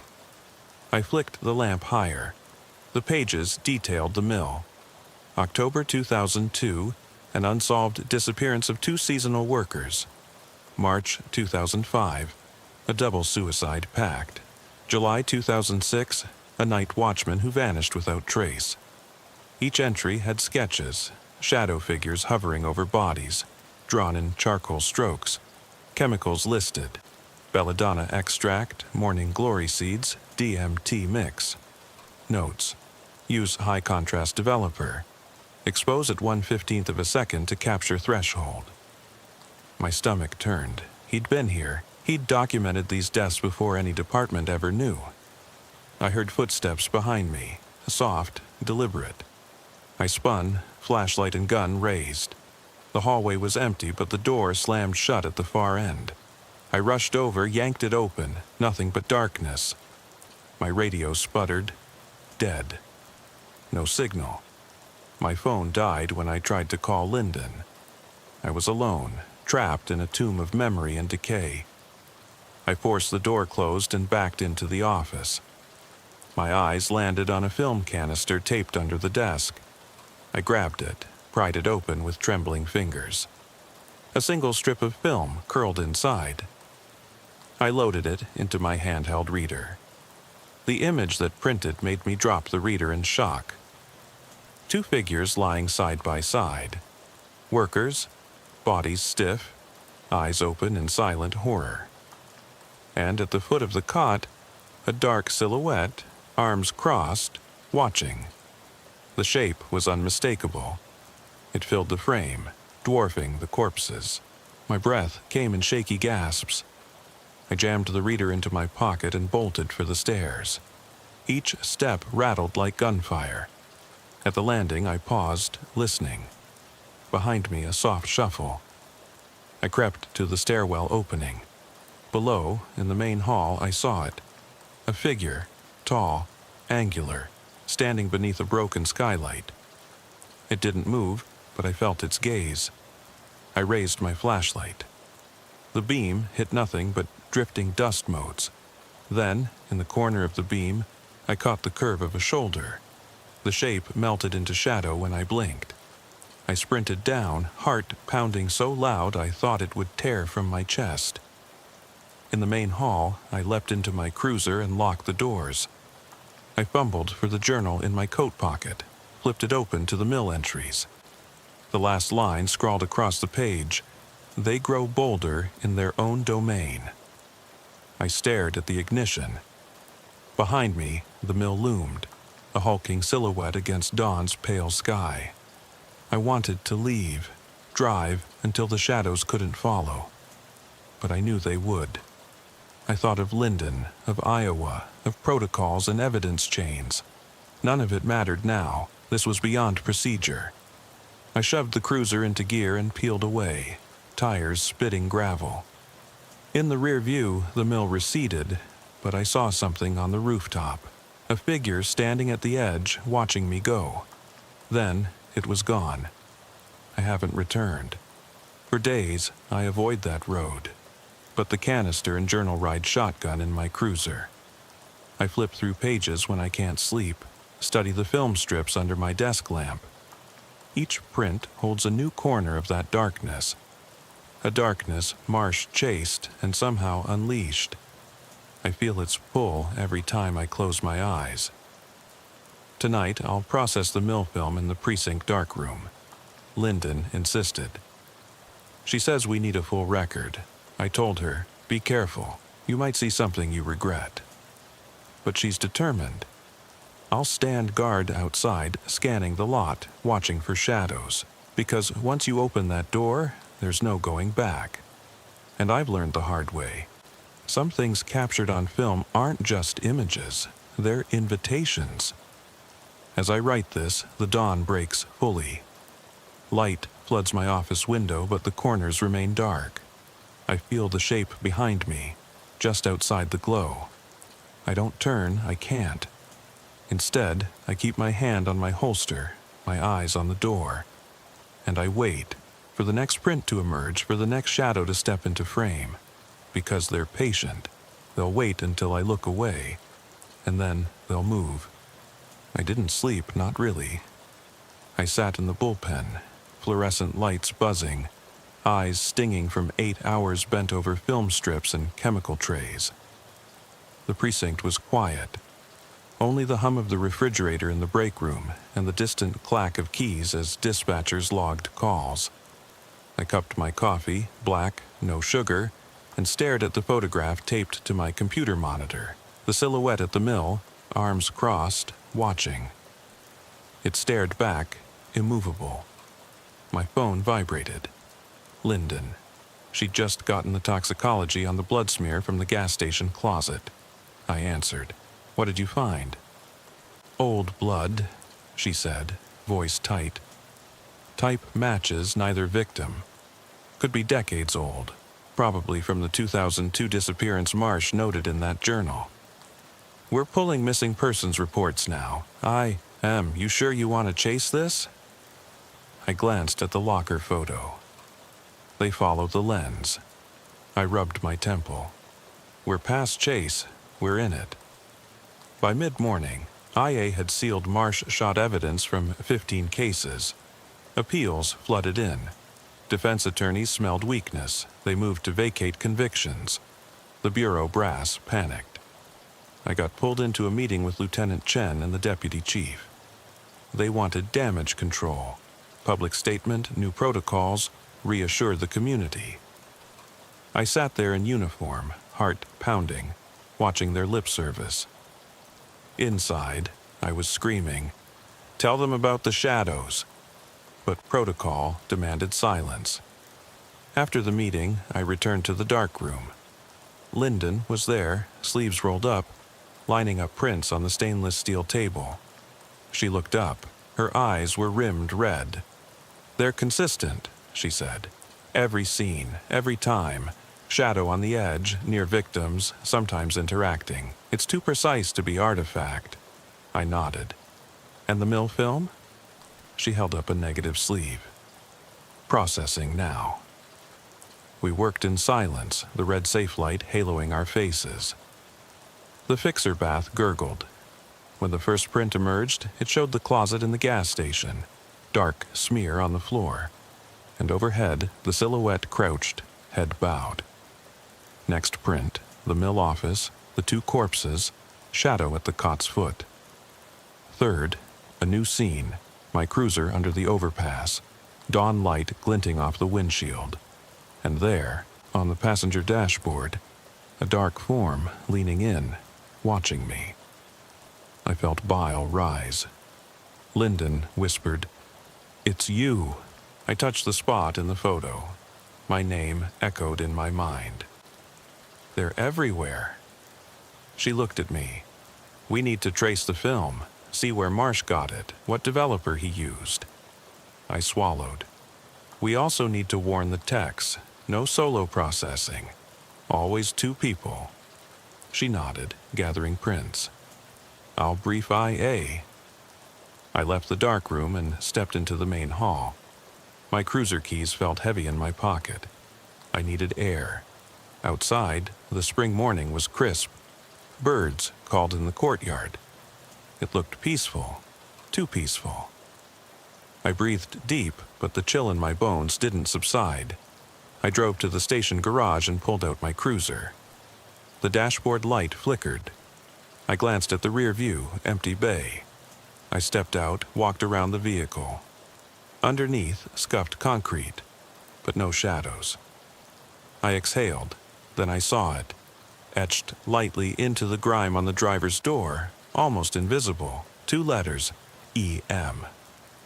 I ran my finger through the dirt. The letters remained, as though carved from inside. My heart hammered. I grabbed my radio. "Dispatch, this is Unit 12. Request evidence, tech. Possible tampering on my vehicle." "Copy that, Unit 12. ETA 2 minutes. Paste. Every echo in the garage sounded like footsteps. I flicked on the overhead light. Bulb buzzed. In the beam's edge, I thought I saw a figure slip behind the pillar. I spun. Nothing. The tech arrived, snapped photos of the inscription, collected swabs. He asked, "You think someone got to your car?" I forced a laugh. "Or something." He glanced at me. "Right." I drove back into the station, the bay doors closing behind me with a pneumatic sigh. Inside, the bullpen was empty. My desk phone rang. I picked it up. Lyndon's voice, urgent. "They found another scene." My pulse spiked. "Where?" "Abandoned farmhouse north of town. Marsh's notes mention it, July 2004. They found 2 skeletons in the cellar, no ID, and, get this, camera equipment set up in the main room, still loaded with film. They shot themselves, a tripod, a timer. The last frame shows the photographer, shadowed face, then a black frame." I closed my eyes. "I'm on my way." At the farmhouse, the coroner's van sat under a broken porch. The air reeked of rot. We stepped inside, flashlights cutting through dust motes. Floorboards creaked. In the parlor, an antique camera on a tripod pointed at the cellar door. The film canister lay on a chair, labeled in Marcia's hand. Farmhouse, July 4th. I opened it with gloves. The negatives slipped into the developer. We waited under red light. When the prints emerged, I felt my stomach drop. The first image.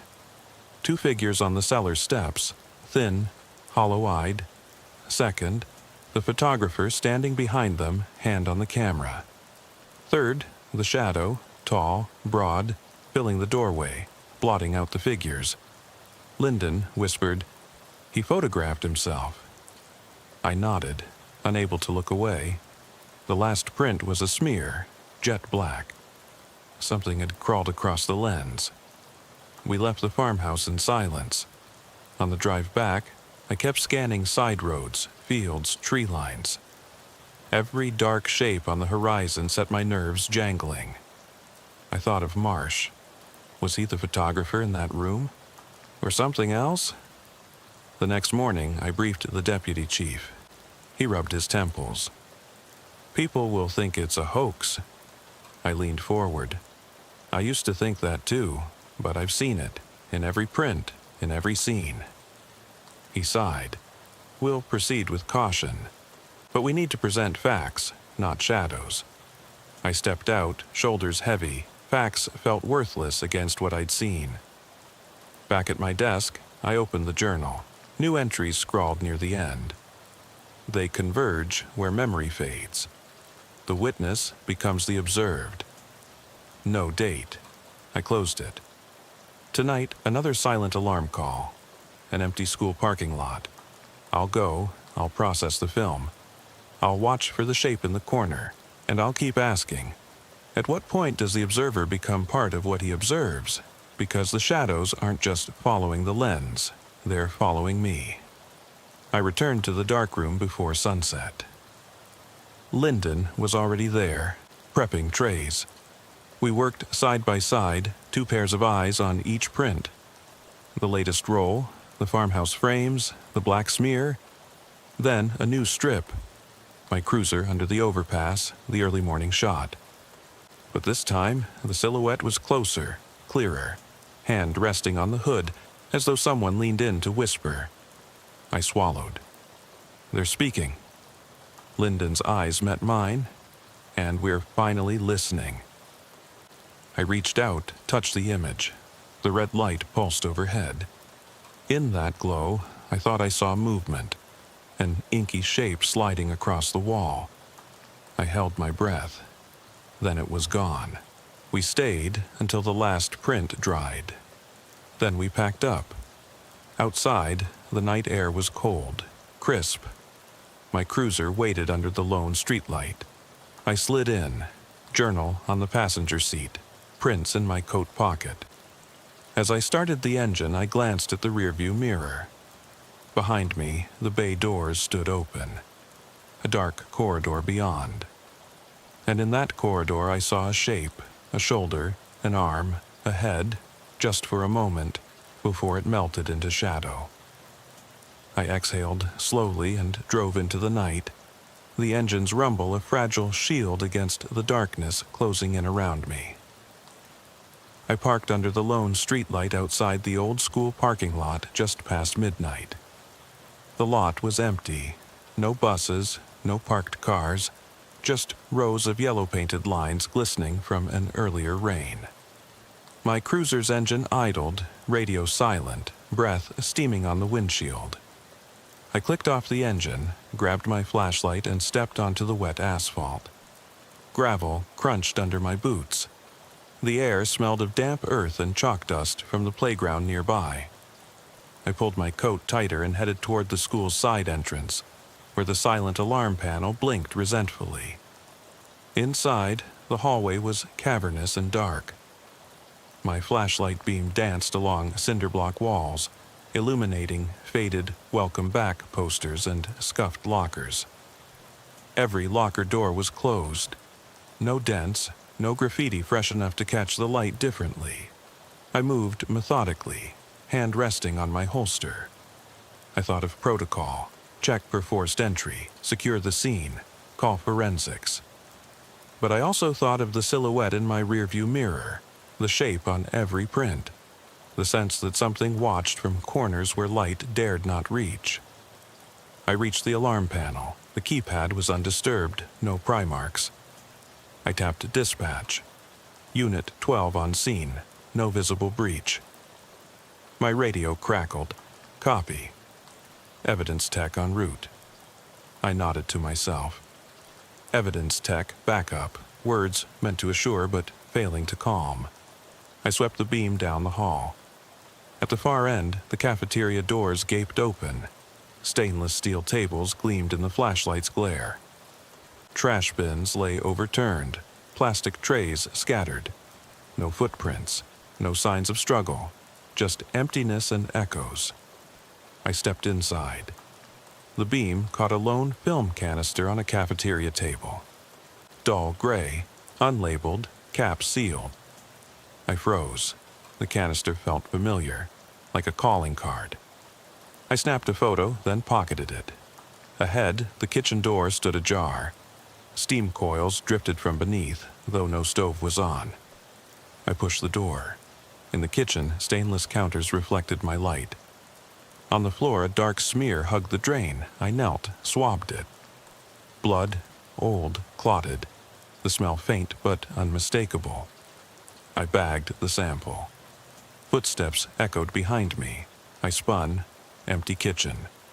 My flashlight flickered. I shook it. Beam steadied. I exhaled. Get it together, I muttered. I moved toward the back corridor leading to the gym. The doors were unlocked, though they should have been secured after hours. Inside the gym, bleachers were retracted. The hardwood floor shone under my light like a mirror. At center court, someone had drawn chalk outlines. 2 rectangles side by side, like bodies. I felt bile twist in my gut. I photographed the outlines, then scanned the corners. In the far corner, near the emergency exit, I saw it. A faint smudge on the wall, darker than shadow. I approached. It looked like someone had pressed their hand against the paint, leaving an imprint of fingers. I pressed my glove to the mark. Dust came away on the fingertip. I bagged a sample. My radio crackled. Text 5 minutes out. I replied, voice tight, copy. I turned to leave, and my flashlight beam caught movement. Bleachers shifting, as though someone had just slid them back into place. I clicked off the light and listened. Silence, then the faintest scrape of metal on wood. My heart thundered. I clicked the light on. Bleachers were locked. No mechanism moved. I shook my head. Protocol, trust evidence, not instincts. But instincts screamed. I backed out, closing the gym door. In the hallway, I heard a soft click, the cafeteria doors closing. I spun, flashlight raised. The hallway was empty. My boots echoed. I swallowed. Jesus. I moved faster, checking the door panel, still engaged. No sign of tampering. I walked back toward the main hall, every sense taut. At the intersection of corridors, the beam caught a poster on the wall. Always stay alert. Someone had circled the word stay in red marker. The ink was fresh. I touched it. It smeared under my fingertip. I bagged a corner of the poster. My hands shook. Dispatch. Evidence tech on site. I headed back to the cafeteria. She stood under the flickering emergency light, camera raised. I handed her the canister and samples. She moved with professional calm, photographing and labeling. I watched the beam of her flashlight sweep into corners. When she finished, she said, "You want me to check the gym outlines too?" I nodded. She knelt, brushed chalk dust into a tray, photographed the handprint smear, then looked up. "You okay?" she asked softly. I forced a nod. just tired. She gave me a look. Get some rest. I left the school and walked to my cruiser. Fog curled around the headlights. I climbed in, closed the door. On the passenger seat lay the chalk outline photo, the handprint bag, the canister. I started the engine. The dash light flickered. In the corner of the windshield I saw a shape, like a handprint smudged on the glass. I cursed, grabbed a rag, wiped it. The print remained, 5 fingers pressed from the inside. I pressed my palm against it, cold. My radio sputtered to life. Unit 12, get out of there. System glitch. All alarms false. I exhaled. Copy. But I didn't move. I stared at the print. It wasn't false. I slipped the rag and canister into evidence bags. I lifted the chalk outline photo and looked closer. At the edge of the frame, a silhouette leaned in, watching the empty gym. I shut off the cruiser and sat in silence, engine ticking. The school loomed behind me, dark windows like eyes. I thought of Marcia's journal line. They converge where memory fades. I closed my eyes. When I opened them, the silhouette was gone from the photo. Only the empty court remained. I drove away slowly, but in my rear view, I saw someone standing under the gym's emergency light. A dark shape, head tilted, arms folded. I blinked. They vanished. I'm back at the precinct now, processing this report. I'll log the samples, send the film for development, catalog the poster fragment. I'll follow protocol. But I know what I saw. I know what the camera captured. And I know the darkness isn't satisfied with empty halls or silent alarms. It wants witnesses. And it will follow the lens and me until there's nowhere left to hide. Tonight, I'll watch the prints emerge in the dark room. I'll watch for the shape in the corner. And I'll wait for the moment it steps fully into frame. Because I've learned the hard way. Once you acknowledge the darkness, it acknowledges you right back. I swung open the heavy metal door of the school's boiler room, flashlight cutting through dank air that smelled of rust and mildew. Pipes groaned overhead, dripping condensation onto the concrete floor in steady rhythms like a mechanical heartbeat. The beam caught a coil of old extension cord, a spill of rat droppings, and, half buried in sludge, a battered film canister stamped BR11. I hesitated only a second before snatching it, tucking it into my jacket pocket. Protocol be damned. I'd pulled enough cans from impossible places to know they were breadcrumbs in a trail I couldn't abandon. I climbed the narrow stairs back into the corridor, boots slipping on slick paint. My radio crackled. Unit 12, status? I clicked the mic. Clearing boiler room. Evidence canister recovered. No sign of intruder. Silence answered. I wasn't surprised. No backup ever heard what I heard. The hallway stretched away, fluorescent tubes flickering overhead. On the wall, a row of fire extinguishers. One missing. Beneath its empty bracket, someone had scrawled in black marker. Next time, room 213. My heart skittered. Room 213 was at the far end, down 2 flights. I should call it in, wait for backup. Instead, I walked. Each step felt heavier. My flashlight beam jittered as I approached the stairwell to the second floor. The air grew colder, as though the building exhaled its age. I reached room 213, a classroom door hanging open. Inside, overturned desks formed chaotic angles, papers strewn like fallen leaves. Chalkboards were wiped clean, except one corner where faint lines formed a crude face, 2 hollow eyes staring. I shone my light closer. The chalk was fresh, edges sharp. I snapped a photo, my breath caught. On the teacher's desk lay a single sheet of notebook paper, folded. I picked it up with gloved hands. In neat cursive, 3 words. We see you. No signature, no explanation, just that. My pulse thundered. I stuffed the note into evidence and turned to leave, but the door slammed shut behind me. I yanked at the handle, locked. Panic bloomed. I pressed my shoulder against the door. It held. I pressed my ear to the wood. Silence, then a faint scratching, like nails on metal, from inside the wall. I pressed the flashlight against the frame and peered through the crack. Nothing but dark. I forced the door open and stumbled into the hallway. My flashlight beam danced over locker rows, graffiti, and scuffed floors. Room 213's light switch click echoed as I passed. It had been off. I stopped. Silence. I moved on.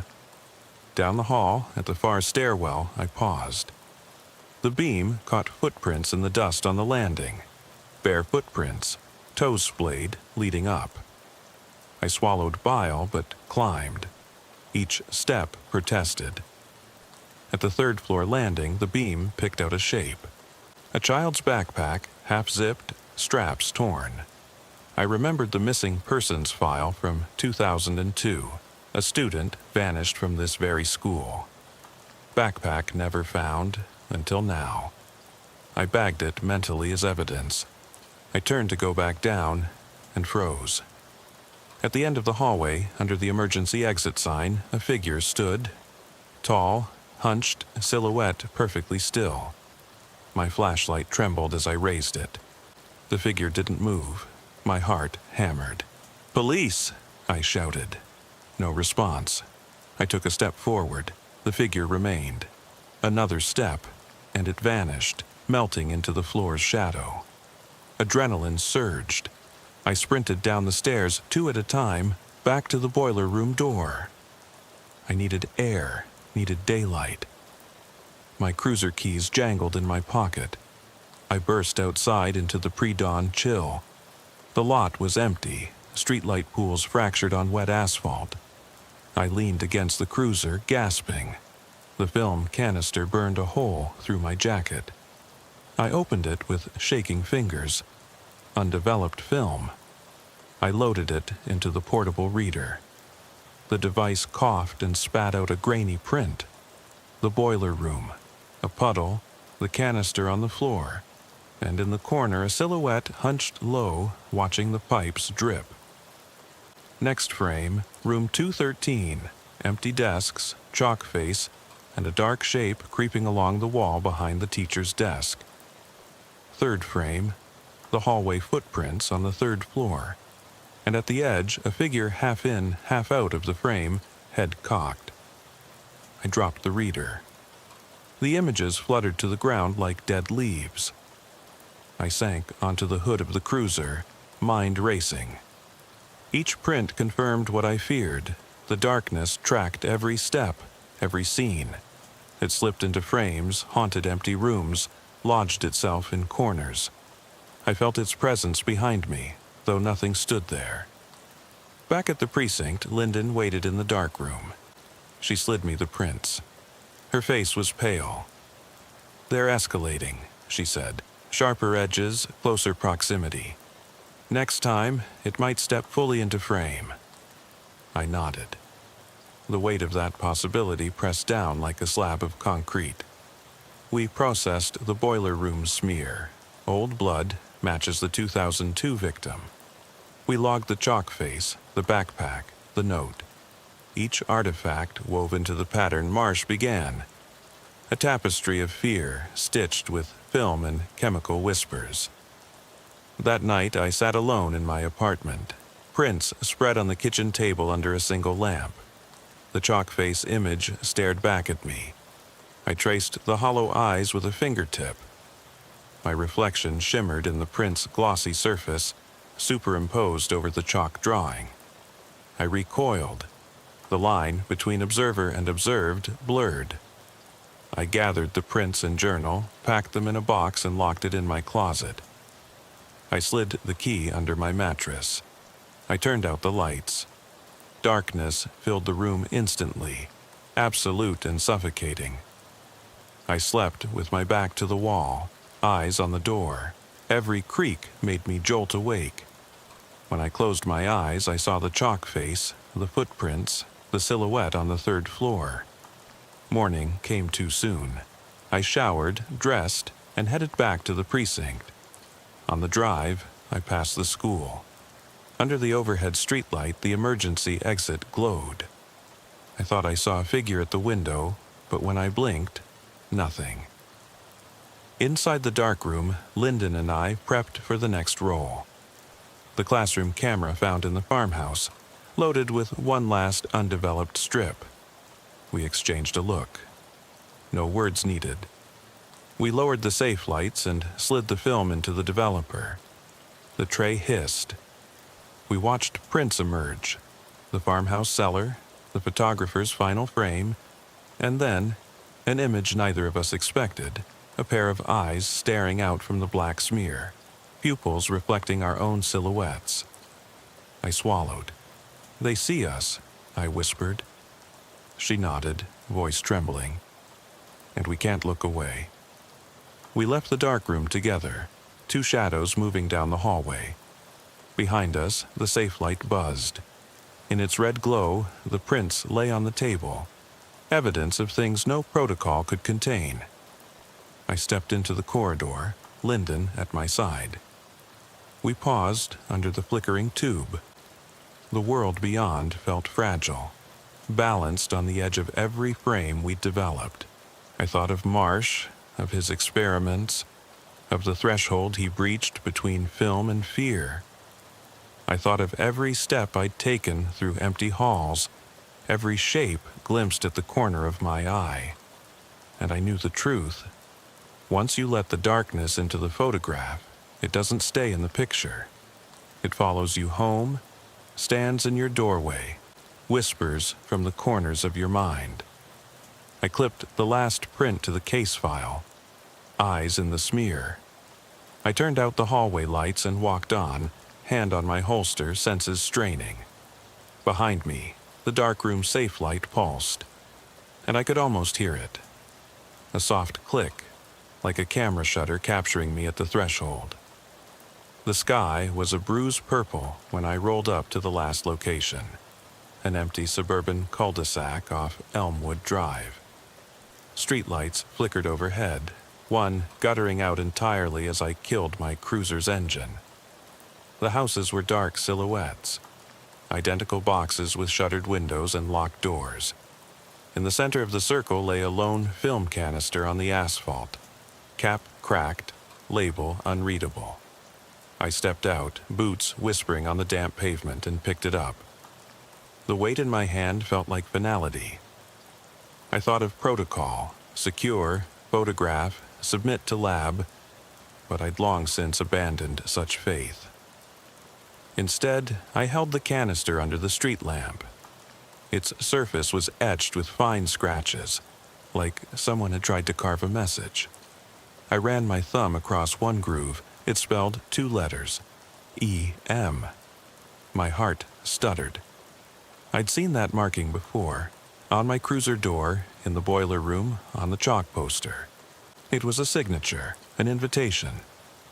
I pried open the canister's seal. Inside lay a roll of film, and, pressed between the coils, a scrap of yellowed notebook paper. I unfolded it carefully. In neat, looping script, "This circle is complete. Step inside." A cold wind whispered down the street. I glanced at the cul-de-sac center. Nothing but pavement. The silence pressed in, heavy as water. I swallowed and loaded the film into my handheld reader. The device's bulb pulsed once, twice, then ejected a single frame. I held it up to the lamp post. An aerial shot of this very cul-de-sac, taken from high above. In the image, every driveway was empty, except one.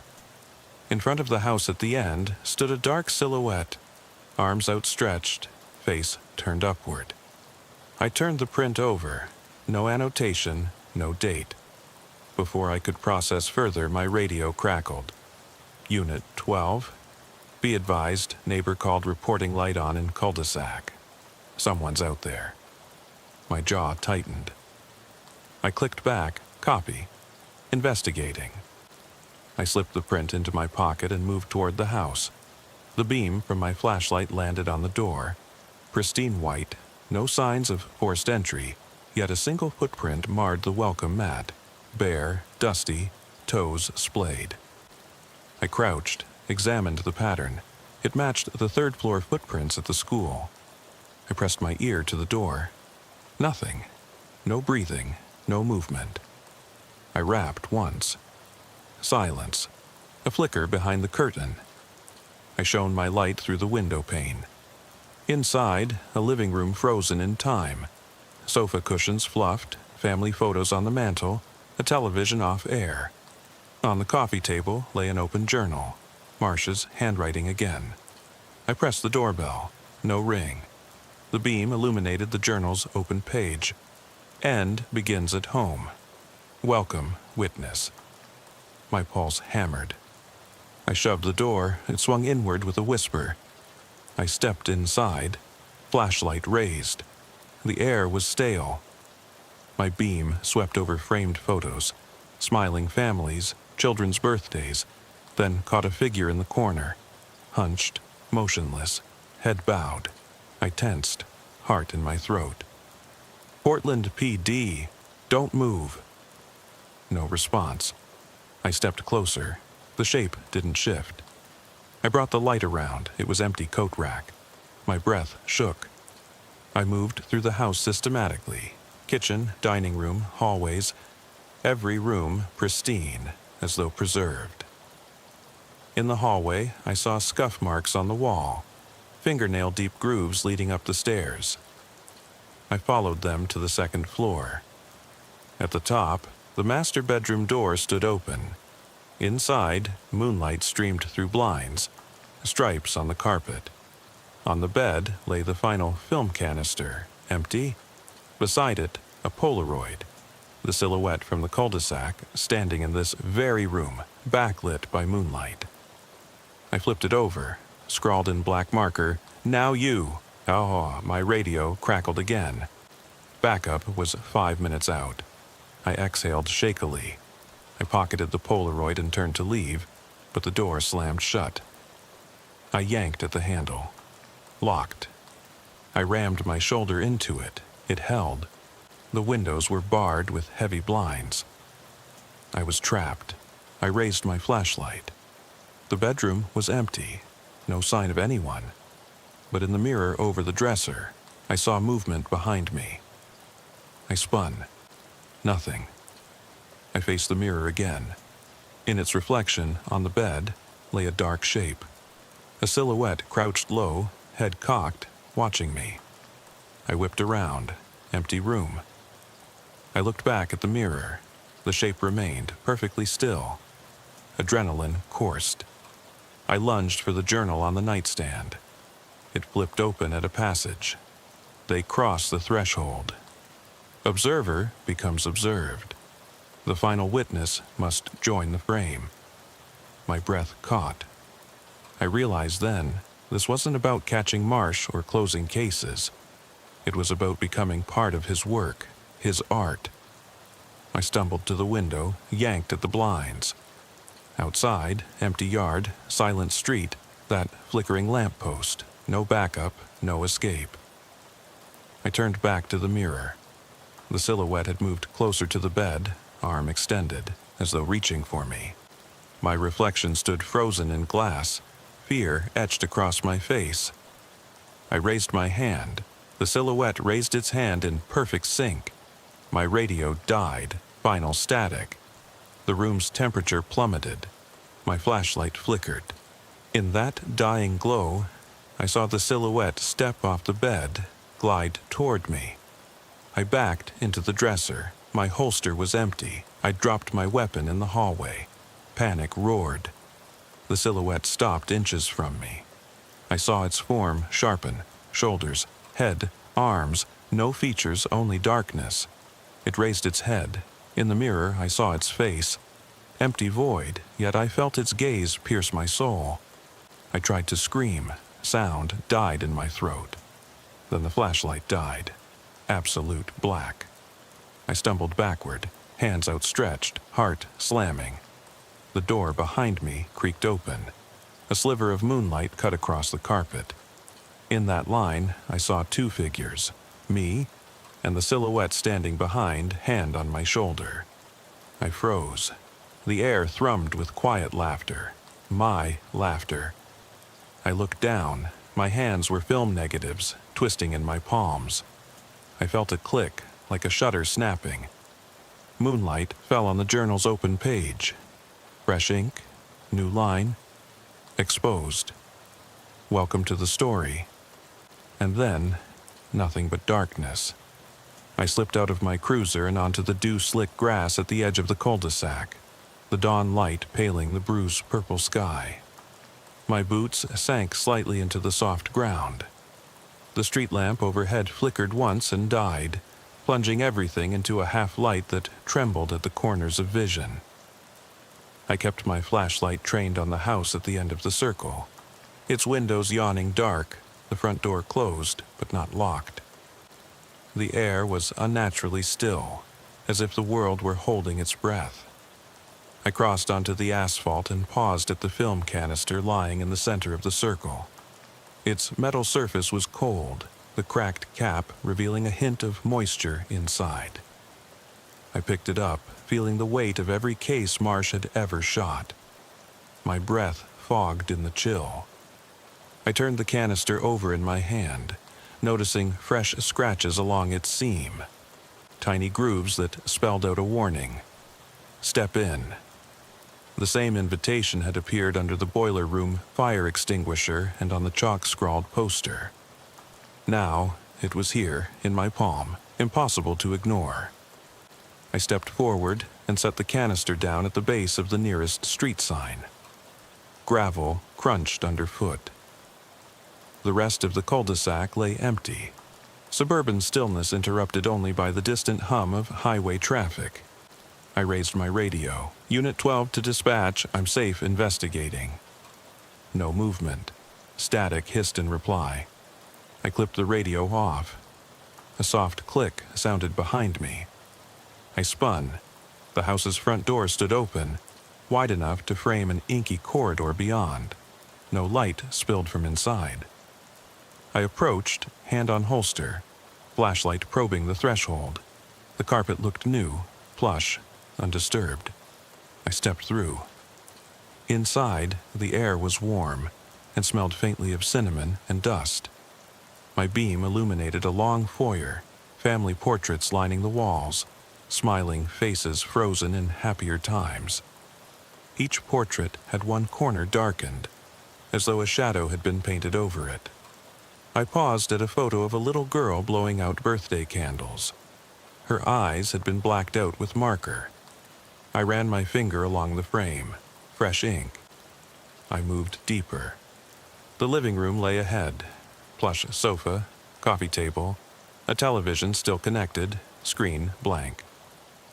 On the table sat the third film canister, its label missing, cap sealed. Next to it, a Polaroid. The cul-de-sac from above, the silhouette standing in the circle, head tilted. I picked up the Polaroid. On the back, a message in Marsh's hand. Your move. My heart hammered. I scanned the room. No footprints on the carpet. No sign of forced entry.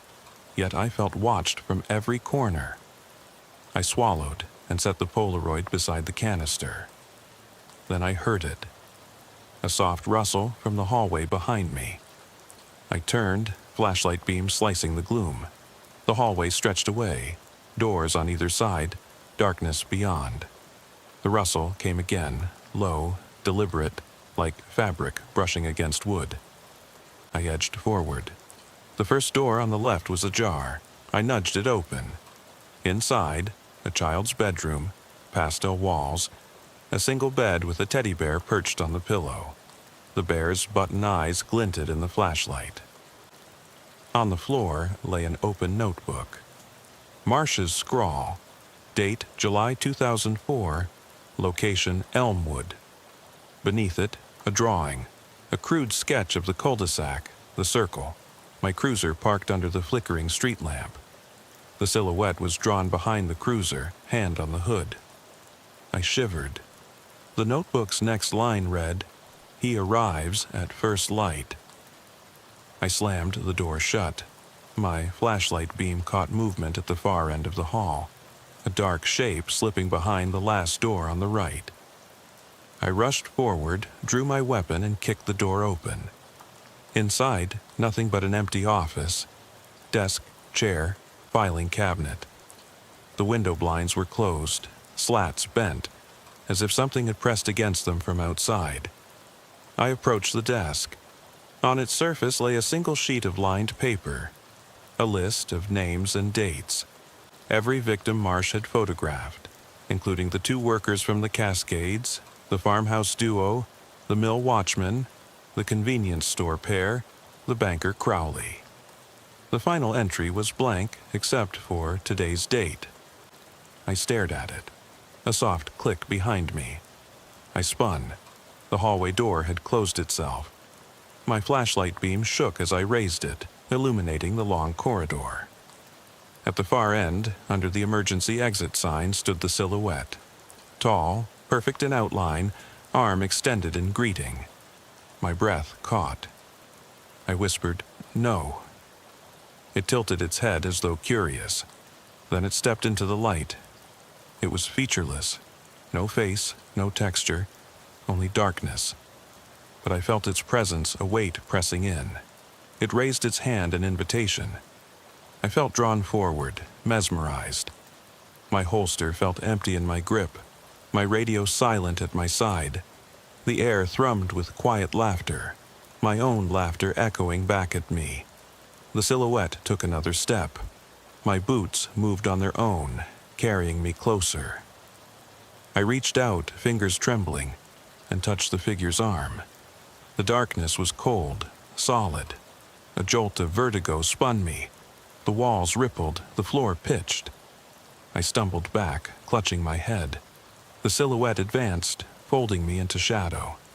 I felt a click, like a camera shutter. A bright flash flooded the room. For a moment I saw myself, my uniform, my hands raised, eyes wide, framed in the flash. Then darkness swallowed everything. When I came to, I was lying in the circle under the street lamp. Dawn had broken. The sky was pale gold. My cruiser sat where I'd parked, engine off. The cul-de-sac was empty. No sign of the house, no open door, no chalk circle. Only the asphalt, wet and gleaming. The first canister lay at my feet, open and empty. In my hand was a Polaroid.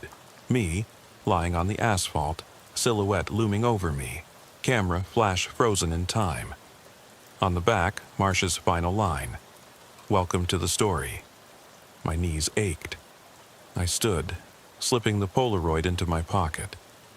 I stared at the houses, ordinary, silent. I felt the weight of 1,000 unseen eyes.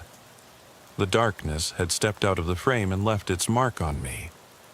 I walked to my cruiser without looking back. Inside, I locked the doors, hands trembling on the wheel. I glanced at the dashboard. The recorder was on, red light blinking. I pressed stop. The tape inside had recorded nothing but silence, and my ragged breathing. I drove away, the cul-de-sac receding in my mirror. The Polaroid rested on the passenger seat.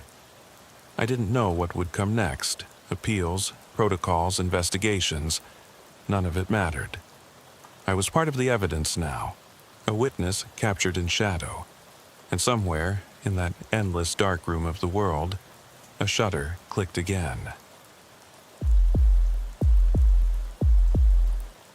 I kicked off my cruiser at 23:57, the engine's growl echoing through my helmet's microphone. 30 minutes into my shift, just me and the city's restless night. I'd been doing this for 20 years, sliding through dead streets beneath fractured street lamps, chasing static on the radio like it was Lifeline. That night in Grandview, Indiana, the air was brittle, close to freezing, and the scent of rain lingered in the gutter water. I felt it in my bones. Something that didn't belong was about to crack through the dark. My first call came through dispatch at 0012.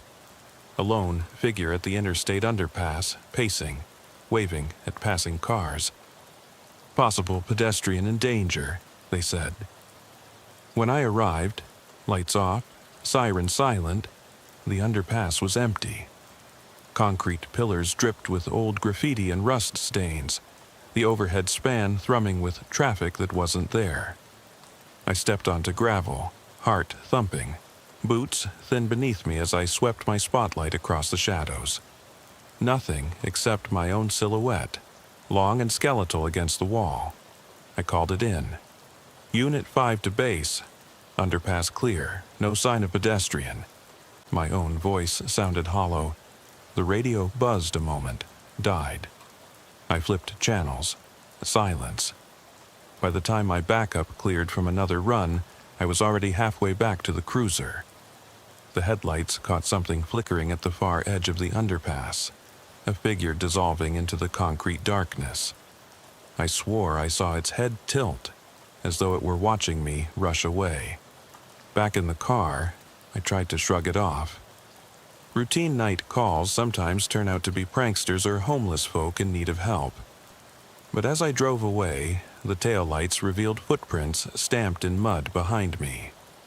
Bare tracks leading back to the underpass, vanishing where the broken lights left the pavement pitch black. No boots, prints beside them. 15 minutes later, at 0047, I answered an alarm at the East River Rest stop. Broken window, silent alarm tripped. The place was a lean-to of flickering neon and run-down benches. When I rolled in, I saw the shattered glass and swaths of spilled coffee grounds on the linoleum floor. The soda machines were ripped open, wires dangling like entrails. Empty bottles littered a path leading to the restroom door, which hung crooked on its hinges. My boots clacked as I followed the trail, anticipation curling in my gut. I tapped the restroom door with my flashlight, shot off a warning. Decatur PD, open up. No answer. I swung the door inward to reveal the tile floor slopped with water and something darker. A scrawl, a single word, smeared across the tile. Stay. 3 letters, dripping like fresh blood. My breath hitched. I kicked in the light switch. Nothing. In that pitch-black chamber, I felt breath on my neck, the scrape of leather. My own holster? I spun, taser drawn, but only the echo of my own heartbeat answered. I radioed dispatch. 15 to base. Robbery alarm second location. Possible tagger, check in. No reply. The radio sputtered, died again. 1 drop of sweat slid down my temple as I flicked on my headlamp. At that moment, the restroom door slammed behind me with a crack that rattled my teeth. I fired the taser at the wood. The barbed prongs clanged against metal hinges. No shout, no movement, just silent darkness. When I forced the door open, the hallway was empty. I ran back to my cruiser, snatching up the scrawled warning tile as evidence. I jammed it into a baggie, hands trembling. My radio came alive only long enough to say, Unit 15, evidence collected. Returning to precinct.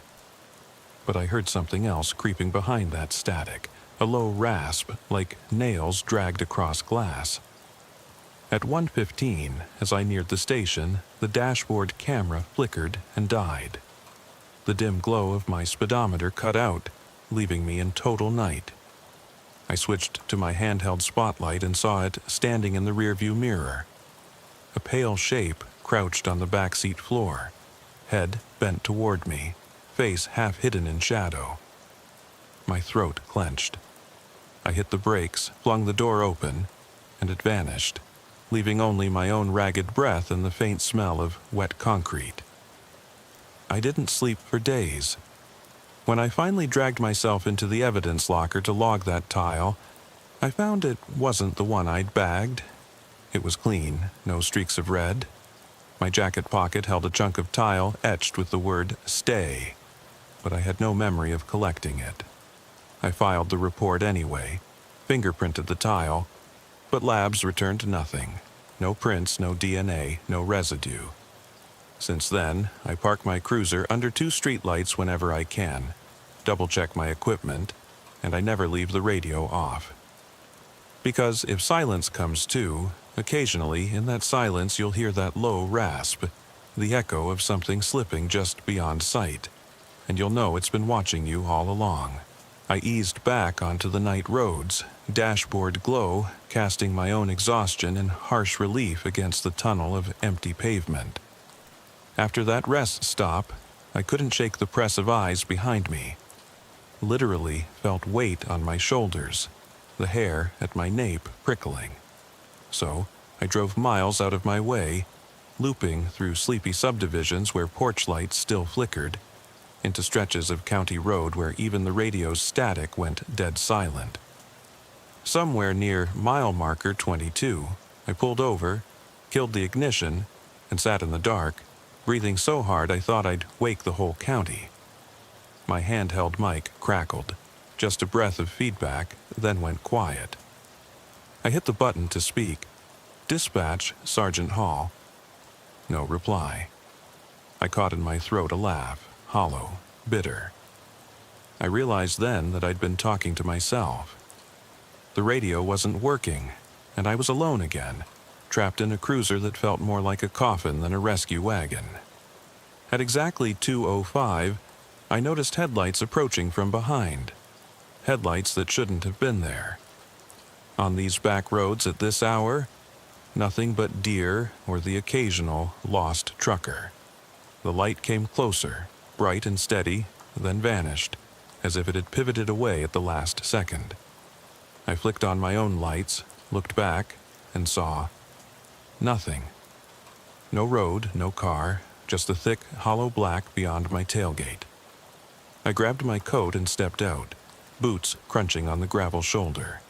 The night air was tasting of wet grass and gasoline, like an old service station on its last legs.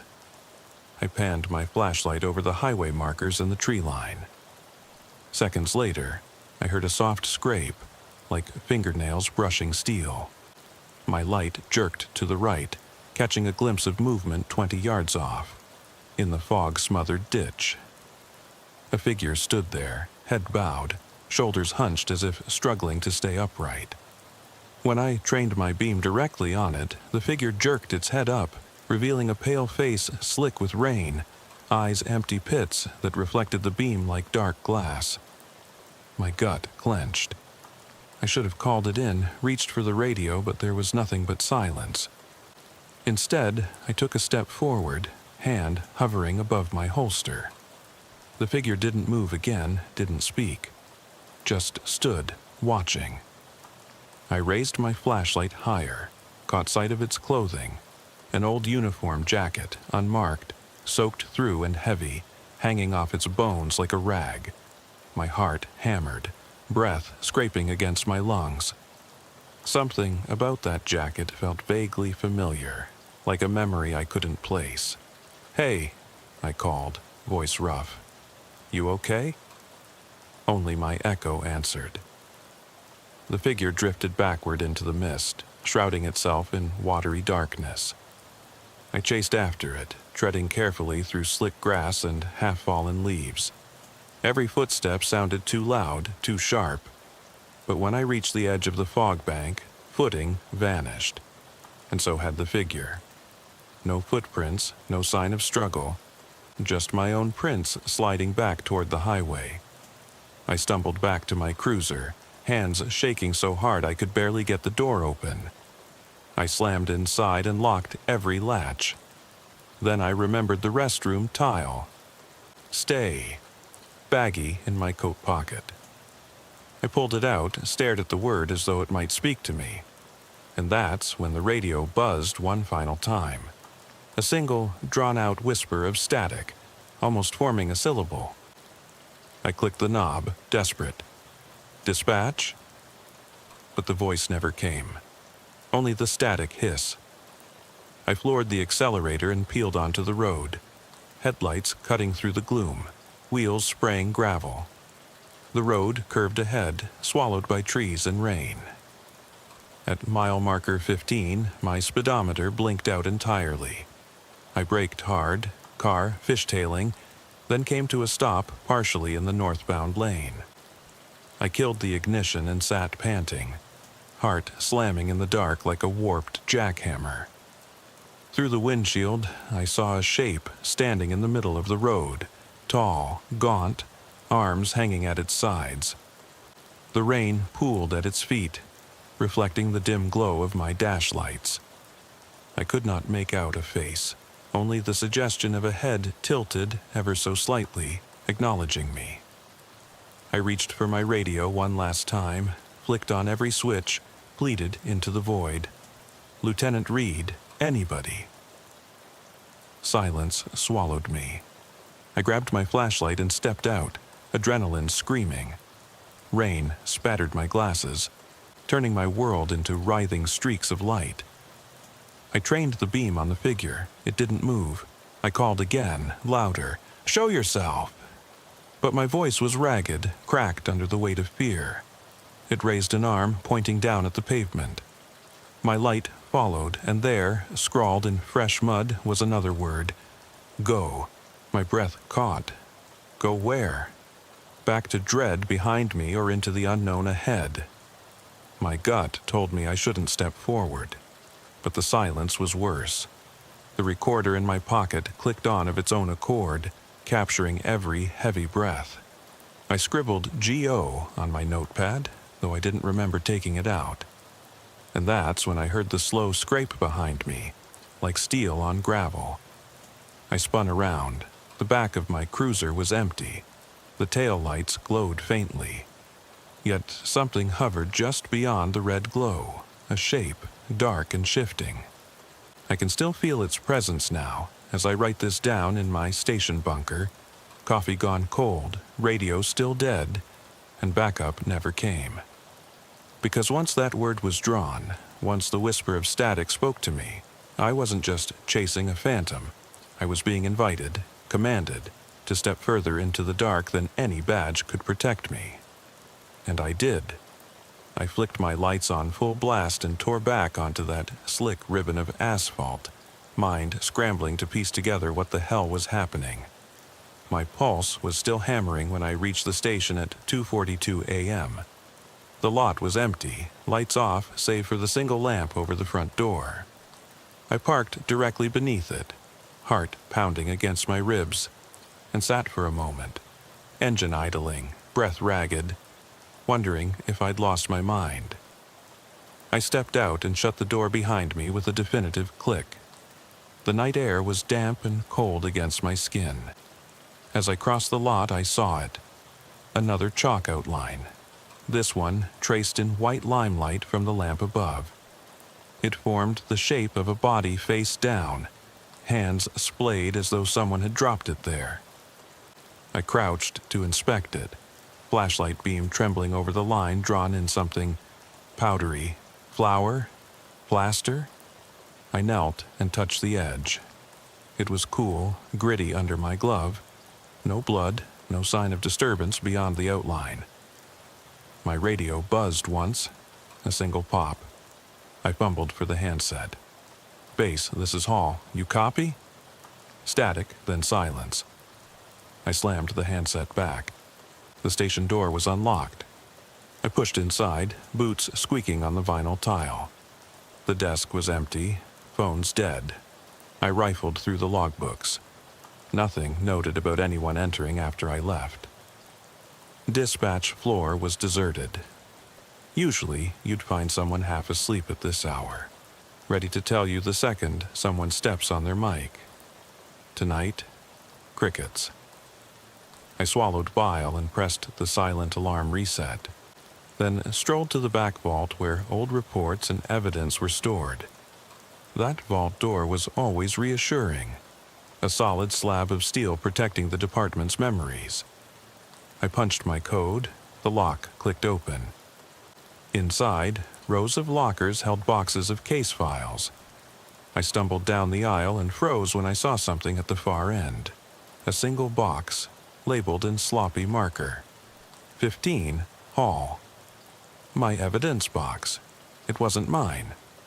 My cases were filed by precinct number. not by officer name. I approached, heart thudding so loud I could hear it in my ears.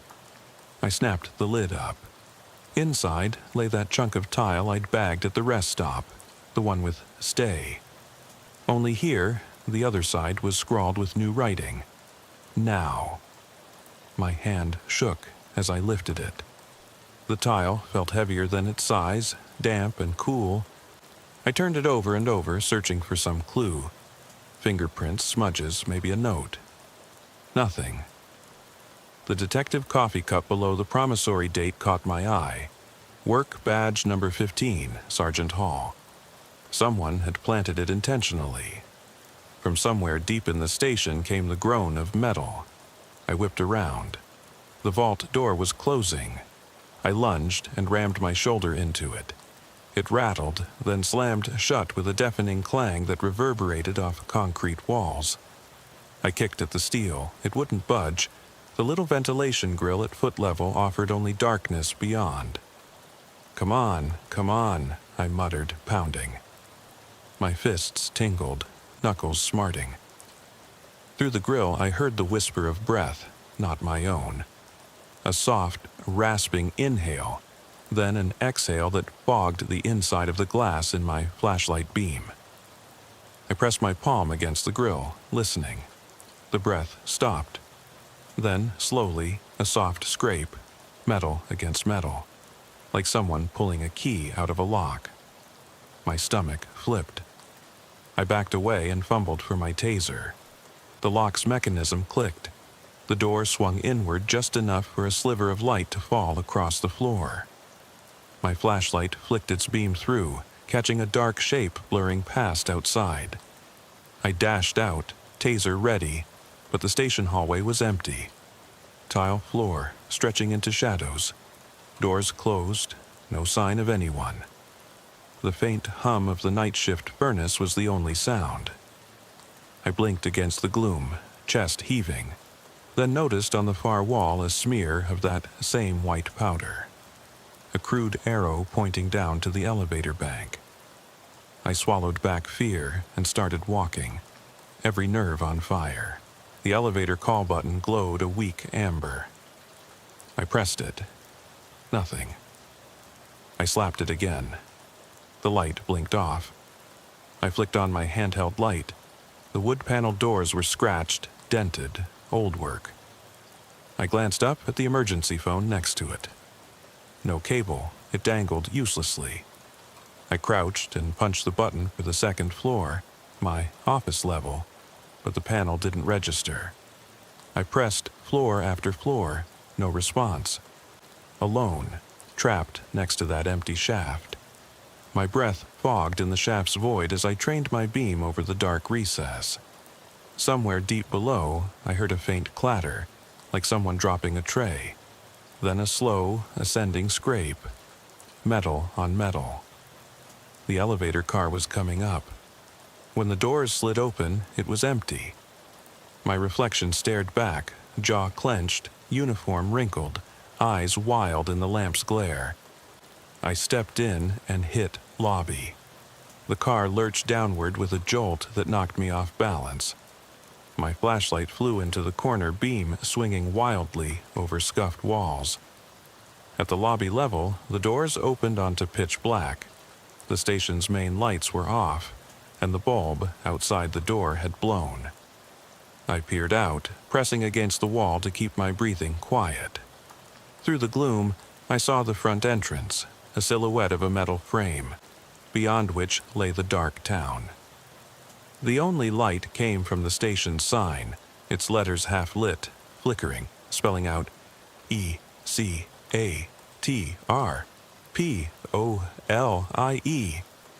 I stumbled out onto the steps, boots scraping concrete, and my flashlight caught movement near the sign. There it was, that shape again. Tall, thin, arm raised, pointing at me from the darkness. My heart seized. I clicked the beam over, but it vanished. I swore the wind picked up, carrying a faint, keening whisper. Now. Behind me, the station door rattled. I spun, taser in hand, willing it to connect. The door cracked open.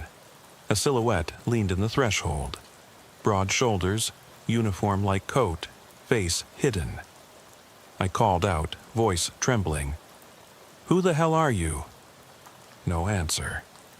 The shape ducked and slipped inside, closing the door so quietly I barely heard it click. I charged in after it. The lobby was empty, no figure, no footprints, no echo of retreat. All I found was the station's phone on its cradle, handset missing. The desk was overturned, papers strewn like a wind had torn through them. Incident reports, traffic tickets, radio logs, all shredded in a way that suggested someone did it by hand, deliberately. Then I saw it. On the receptionist's counter, illuminated by the one working exit sign, lay my service weapon. Holstered empty, slide locked back. No magazine, no rounds. Next to it, a single white-gloved handprint. Fingers splayed across the grip. I swallowed hard, stomach knotting. Whoever had done this knew my routines, my gear, my station. My radio crackled and died. My taser ticked empty. I was unarmed, trapped inside a building that no longer felt like a safe hold. And in that moment I realized this wasn't about pranks or territory. This was calculated, personal. Someone, or something, wanted me in the dark, alone, helpless. I backed toward the exit, eyes darting over every shadow. The station felt infinite now. Corridors branching into places I'd never seen. Evidence rooms, filing halls, storage closets. Each door was closed, each corridor silent, except for that soft, rasping scrape at the edges of hearing. It followed me down the hallway, just beyond sight, always one step behind, urging me forward with its inexorable whisper, "Now!" I reached the front doors and yanked. They wouldn't budge. I rammed them with my shoulder. The glass crackled, spider-webbed. On the other side, nothing but a wall of night. No handle, no emergency release. Panic clawed at me as I pounded the doors, screaming for dispatch, screaming for anyone. Backup, dispatchers, coffee shop stragglers. Nothing answered but the mocking echo of my own voice. Behind me, the whisper grew louder, insistent. "Now! Now! Now!" I spun, taser outstretched, fingers numb. The hall behind me was empty once more. I lowered the taser, chest heaving. I realized I was alone. I was losing this game, this hunt, and I had no idea what the next move was supposed to be. In that infinite moment of silence, my radio hissed one last time. A single, ragged breath, carried on static. I leaned toward the speaker, heart in my throat, and heard it clearly. "Stay. Now. Go." I dropped the handset, stumbling back. The world tilted. The station lights flickered, aligning for an instant into a pattern on the ceiling I recognized. A crude arrow pointing back down the corridor I'd just fled. My eyes darted. My mind reeled. And then the lights went out. The darkness pressed in so tight it felt like a physical weight against my shoulders. Every breath sounded thunderous in my ears as the emergency lights flickered twice more before dying altogether. My hand clenched the empty taser, the metal ring of the holster cold against my palm. I could still hear that rasping whisper, "Stay. Now. Go," echoing in the black corridors behind me. My spine locked up with dread. I had to keep moving, had to find a way out before whatever was stalking me decided to close the distance. I moved on instinct, backtracking toward the evidence vault. Door after door loomed in the hall, closed, silent. The carpet muffled my footsteps, but I could hear scuffs ahead where something heavy had dragged across the floor. My mind raced to piece together what I'd seen so far. The unmarked figure at mile marker 15, the tile messages carved in flour and grime, the hollow-faced silhouette at the station sign. Each encounter felt like a puzzle piece forced into place by some unseen hand, leading me deeper into a trap. At the vault entrance, the steel door was ajar, wider than I'd left it. I froze, heart lurching, and pressed my back flat against the nearby wall. My flashlight, still clipped to my belt, I pried free and clicked it on. The beam stabbed through the gloom, illuminating the vault threshold. Beyond lay rows of lockers, but one locker stood open, door swung back at a wild angle. Inside, half-empty boxes of case files lay in disarray, folders spilling like fallen dominoes across the floor. I swallowed my fear and forced myself forward. Each step felt like wading through tar, the air thick with stale dust and something else. Something acrid, like burnt plastic. I scanned the ground for footprints. No sign of boots or shoes, just my own prints leading in. At the locker's base, I caught movement out of the corner of my eye. A flicker of something sliding under the next locker. I twisted, flashlight beam sweeping low. Nothing. I knelt to peer under. The beam caught a discarded photograph. Me, in my cruiser at mile marker 15, tinted sepia. On the back, scrawled in the same jagged hand, were the words, "You're next." A cold sweat broke out across my forehead. I crumpled the photo in my fist. No one but me could have taken that picture. It had to be left for me. The implication slammed into me. I wasn't investigating this. I was the one being investigated, hunted. The whisper returned, closer now, coming from deeper in the vault. "Stay. Now. Go." It kept time with my heartbeat, speeding up until the thud in my ears nearly drowned out my own thoughts. I needed my weapon. I needed backup. I needed daylight.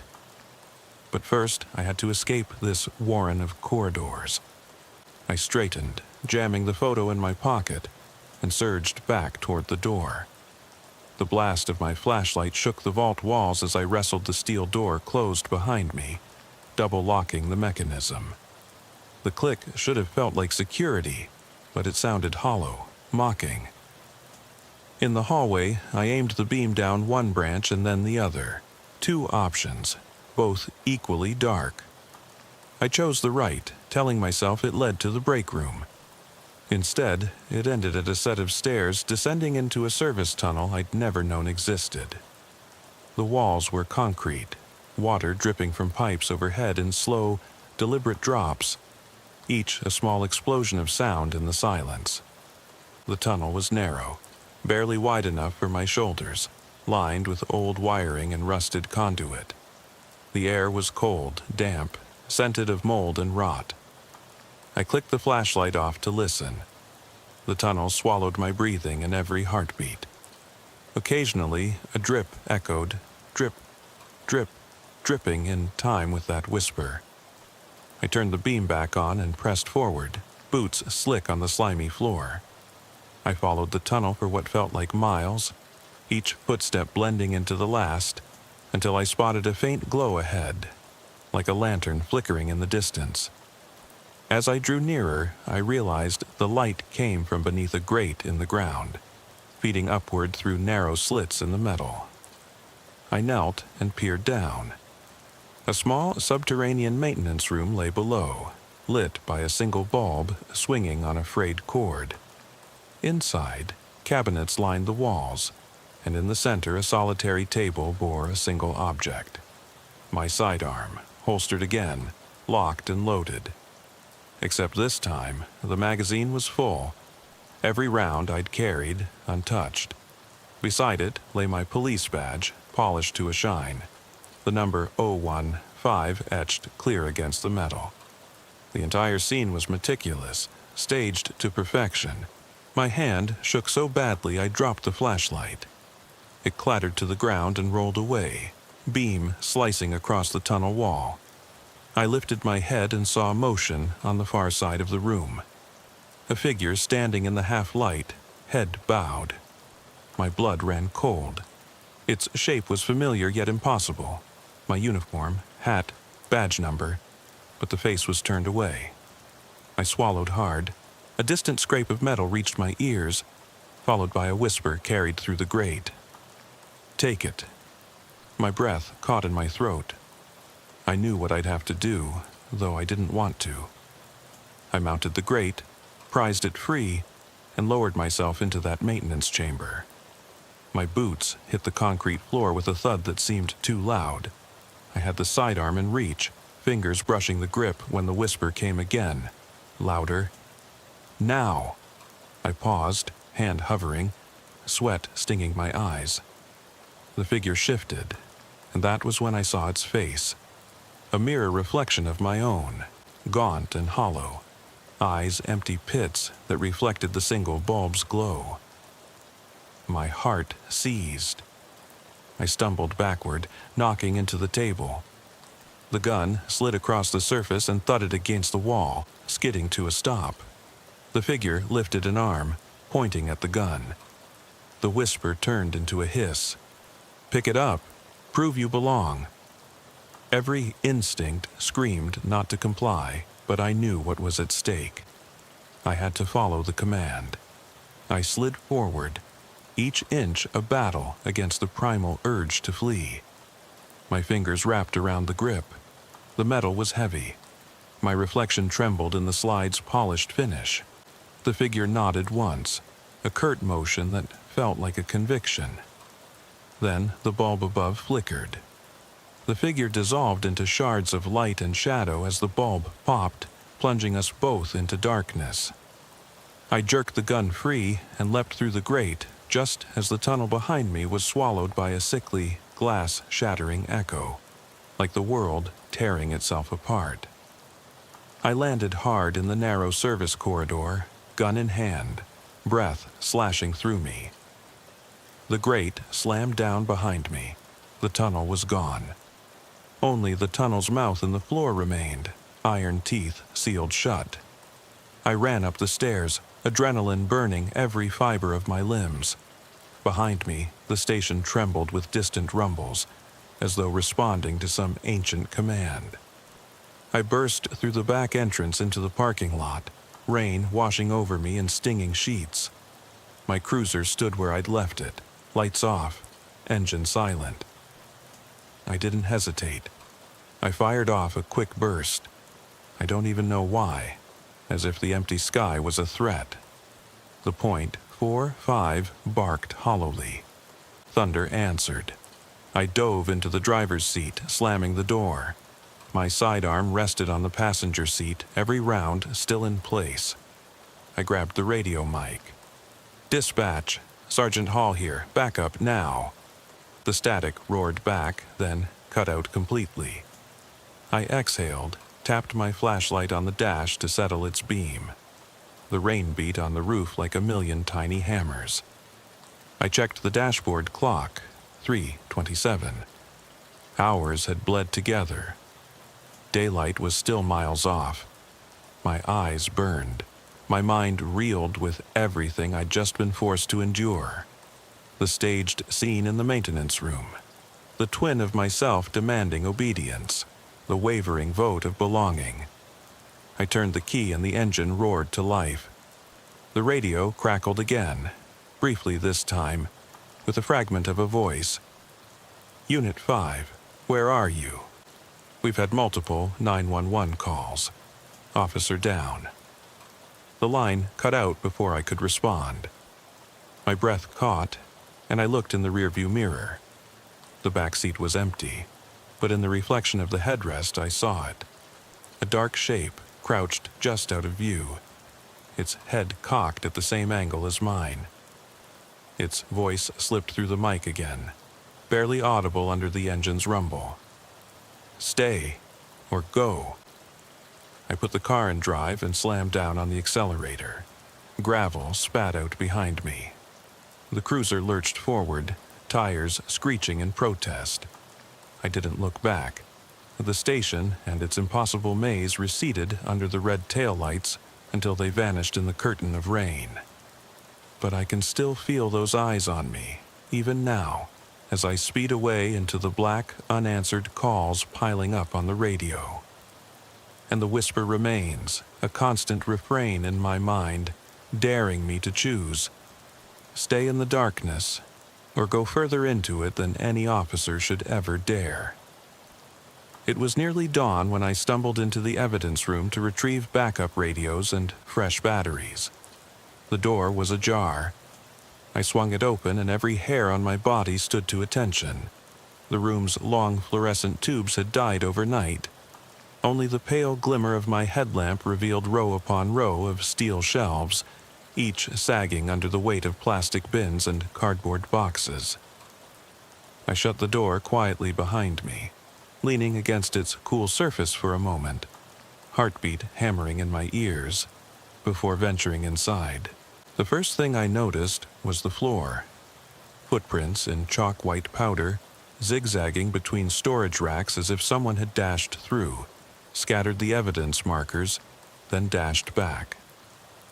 I knelt to inspect one print, clearly a boot sole with an unknown tread pattern, deep enough to have pressed powder from a bag into the lacquered tile.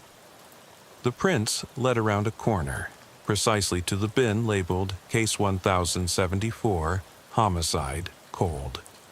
I swallowed, recognizing the file number from my decade-old investigation into a silent killer who'd struck without warning in a suburban cullover, and whose case I'd never cracked. My hand shook as I pulled the lever latch and snapped the lid off. Inside lay nothing but manila folders and a digital recorder with its red light blinking, a record I'd never planted there. I thumbed the play button. Static crackled, then my own voice, weary and clipped, reporting in from a crime scene years ago. Unit 5 at 204 Ridgewood Drive. Victim is a 35-year-old female. No witness sightings. Evidence tech en route. That tape should have been archived, tucked away in a folder marked Audio, not sitting on top of cold case files. I patted my chest pocket and realized my own recorder was gone. A low thrum vibrated through the walls. The whisper returned, garbled by the tape.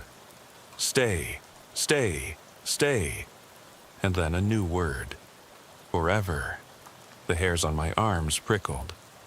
I tossed the recorder aside and rose, back against the empty bin. The only exit lay behind me, around the corner where the footprints led, and something dark traced each footprint with a sister print on the adjacent tile, pressed in identical chalk white haze. Side by side, they marched in time, as though two boots traveled together. Boot after boot, one mine, one someone else's, matching stride for stride. I swallowed hard and turned to dash back. The footprints veered sharply down a narrow aisle, past boxes stamped Evidence Perishable, then looped around, rejoining themselves, heading straight toward me. I realized faded footprints, real footprints, one set of me and one set of the stalker, and they always landed just a half step behind. Panic clutched my throat. I fumbled on my belt for my flashlight, dead, my radio, dead, my recorder, gone. I kicked at the bottom shelf to knock down a box for cover. It clattered open, spilling white lab gloves onto the floor. I scooped a handful, jamming the latex into my vest pockets. If I ran into anyone, or anything, I could leave my prints muddy the trail. I backed toward the door, listening to the scratch of the other set of boots behind me. The corridor, lit dimly by the dawn's first gray, filtered through a caged window near the ceiling. If I made it there, I'd have a chance at the exterior stairwell. I pressed my back to the steel door, hand shaking as I tested the knob. Locked. Whoever, or whatever, opened it for me last time wouldn't do it again. The footprints surged closer. I clenched my fist and rammed the door, shoulder slamming metal. Pain exploded in my arm, but the latch gave way. I tumbled through, slammed into the hallway wall and scrambled up. Ahead was the stairwell door, a heavy fire exit slab with a panic bar. I threw myself into it. The bar clicked, The door swung open onto a narrow steel staircase, steep and slick with condensation. I plunged down 2 flights, pulse in my teeth, until the stairs emptied into a loading dock that spilled into the parking area outside. Rain had slowed to a drizzle, the asphalt slick. My cruiser was gone. In its place sat a white sedan, headlights off, engine idling. I should have felt relief, someone else on the property, but the tailpipe exhaled an acrid smoke that stung my nostrils. I squared my shoulders, reached for the taser, but it wasn't in my holster. No radio, no recorder. Only my flashlight dimming, and the echo of footsteps behind me. I edged around the sedan, eyes fixed on the passenger door. It swung open on silent hinges. Inside, the seat was empty, but the glove box lay open. I plucked out a pair of black leather gloves. These looked standard issue, no powder this time. I slid them on, feeling their snug weight. Then I heard the engine rev, the sedan lunging forward. I leapt back just as it lurched into motion, fishtailing across the lot, narrow miss, its headlights flickering with a pattern. 2 longs, 3 shorts, an endless loop. Morse code. I mouthed, "Help, help!" It barreled past me, missing the curb entirely, and vanished down the ramp to the street. My heartbeat plunged into my stomach. No driver. The seat was empty. The headlights blinked back at me from deep in the tunnel until they winked out of sight. I stood alone on the concrete dock, rain sliding down my collar. The station lights behind me blinked on, bulbs flaring one by one as though someone was counting each step. Then the overhead speaker crackled to life. "Sergeant Hall, please report to dispatch. We need to talk." My breath caught. I flicked on my flashlight. No one in sight. The voice was clipped like dispatch, but slower, deliberate, every word weighted. I stepped toward the speaker and called back, voice rough. "Who is this?"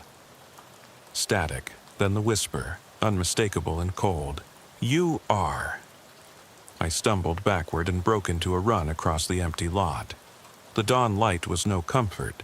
Shadows stretched long, shapes where there shouldn't be any. But I had no choice. I sprinted toward 9th Street, toward town, leaving behind the station that had transformed into a maze of traps. My own voice on the loudspeaker and the echo of my name haunted each step. As I passed the old diner on the corner, neon sign flickering "Open" in broken cadence, I spotted my cruiser around the block, mirrored and parked under a street lamp I'd never used. Engine off, door open. I jogged to it, half expecting someone to leap out. Only found the key sitting in the ignition, untouched. I slid behind the wheel, slammed the door, and locked it. My hands trembled so violently I dropped the key into the lap of my uniform shirt. That's when my radio sputtered back to life, faint but real. "Unit 5, please respond. You've been off channel for 32 minutes. I grabbed the mic. I cleared my throat. "Dispatch, Sergeant Hall here. I'm fine. Securing vehicles, routine." My voice cracked. The reply came, "Understood, Sergeant." "Please advise when you're back." Then dead air. I exhaled hard, dialing my phone. No signal. My own number rang endlessly to voicemail. I unclipped my badge, turned it over in my hand, and stared at the engraving. 015, S. Hall, Grandview, PD. I pressed it to my chest, felt its cool weight settle my racing pulse. I didn't know who was setting these traps. An enemy within, some twisted mind masquerading as me, or something darker that used my uniform like a mask. All I knew was I had to keep moving, keep ahead of the footprints, the whispers, the commands carved into every fragment of this nightmare. Stay.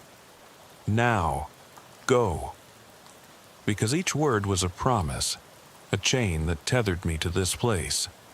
And the last thing I wanted was to be forsaken, trapped forever in a station that had become a labyrinth of my own unraveling. I hit 9th Street and pressed the accelerator, tires hissing against the wet pavement. My hands trembled on the wheel, knuckles white.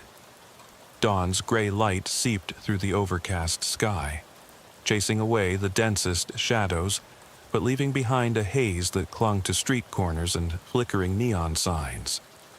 I kept my eyes darting to every alley, every cracked doorway as I navigated through pre-dawn traffic, mostly delivery trucks and the occasional groggy commuter. My mind raced. Section 6 needed to be about the fallout, the unraveling of my trust in everything I'd known. The city felt alive now, but I was still living in that midnight nightmare. Revving the engine, I turned onto Lincoln Avenue, checking behind me for signs of pursuit. Nothing but empty road. I exhaled, but it felt like inhaling more strain. I passed the old firehouse where I'd started my career as a rookie cop, bright-eyed and eager in the summer of '92. Now, its doors were closed, brick walls streaked with graffiti, a relic of a bygone era. I'd walked those hallways in boots that felt new, hand on holster, dreaming of making a difference. Today, the differences I made seemed meaningless, overshadowed by this invisible stalker rewriting my reality. At the light on 12th, I saw the diner again. I killed the motor and coasted through the intersection. There was a payphone by the entrance, cord dangling, the handset flicking in the breeze. I pulled into the booth, cut the engine, and grabbed my notebook. The key clinked as I set it on the seat. I flipped to the top of Section 6 and let the rain tap out a rhythm on the windshield. I stepped out into the drizzle, boots splashing through puddles, notebook in hand and flashlight clipped to my belt. The diner's glass door was propped open, steam billowed from the kitchen. A lone cook leaned over the grill, spatula in hand, eyes hooded. He glanced up as I approached, spatula clattering on the griddle. "Mornin'," he mumbled, voice thick with cigarette smoke. "Morning," I replied, voice low. I crossed to the payphone and lifted the receiver. Static greeted me, then a dial tone. I punched in the number for headquarters. 3 rings, then voicemail. I slammed the receiver down, heart pounding. I turned to leave, but caught movement in the booth's mirror glass. In the reflection behind me, a dark shape stood in the doorway, tall, broad-shouldered, motionless. I spun around. The doorway was empty. Steam swirled, obscuring everything. I swallowed. The shape was gone. I returned to the cruiser, the notebook clutched in one hand, recorder in the other, though now silent. I climbed in, settled the recorder on the passenger seat and pulled out my phone. No signal. I knocked it against the dash in frustration. Then I noticed a new voicemail notification. I hit play. "Sergeant Hall? This is..." Static swallowed the next words, but I caught Chief and "meet me." The timestamp was 6:02 a.m. 3 minutes ago. I froze. If the chief was calling me, either they'd found me or they were part of it. I swallowed hard and punched the dashboard's intercom button. "Dispatch, this is Sergeant Hall. Are there any calls for meeting at HQ?" Silence. I tried again. No answer. A horn honked behind me. I glanced up. A delivery truck blocking the lane, driver leaning on the horn. I cursed, started the engine, and edged around. My phone buzzed. Another voicemail. I hit play. "Hall, we need to debrief. 0600 hours. Secure this." The voice was clipped. It wasn't the chief. It was my own voice, recorded.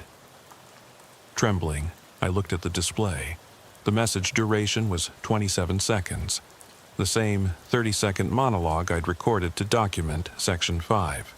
But this one ended with my voice saying, "I don't know who's left, but I'm following orders. I'm going back." I dropped the phone. It clattered onto the floor mat. I pressed the brakes and felt the car skid into the next intersection. Horns blared again. My breathing was shallow. I had to get out of the car, away from this soundtracked madness. I threw the car into park, yanked the door open, and bolted for the sidewalk. Rain plastered my coat to my back. I broke into a run toward the diner's front door, hoping to find someone, anyone, to help me. Inside, the cook had vanished. The booths were empty. The jukebox in the corner sputtered static. I dashed to the counter where plates of bacon and eggs sat under heat lamps, little clouds of steam rising. I grabbed a plate, still warm, and held it like a shield.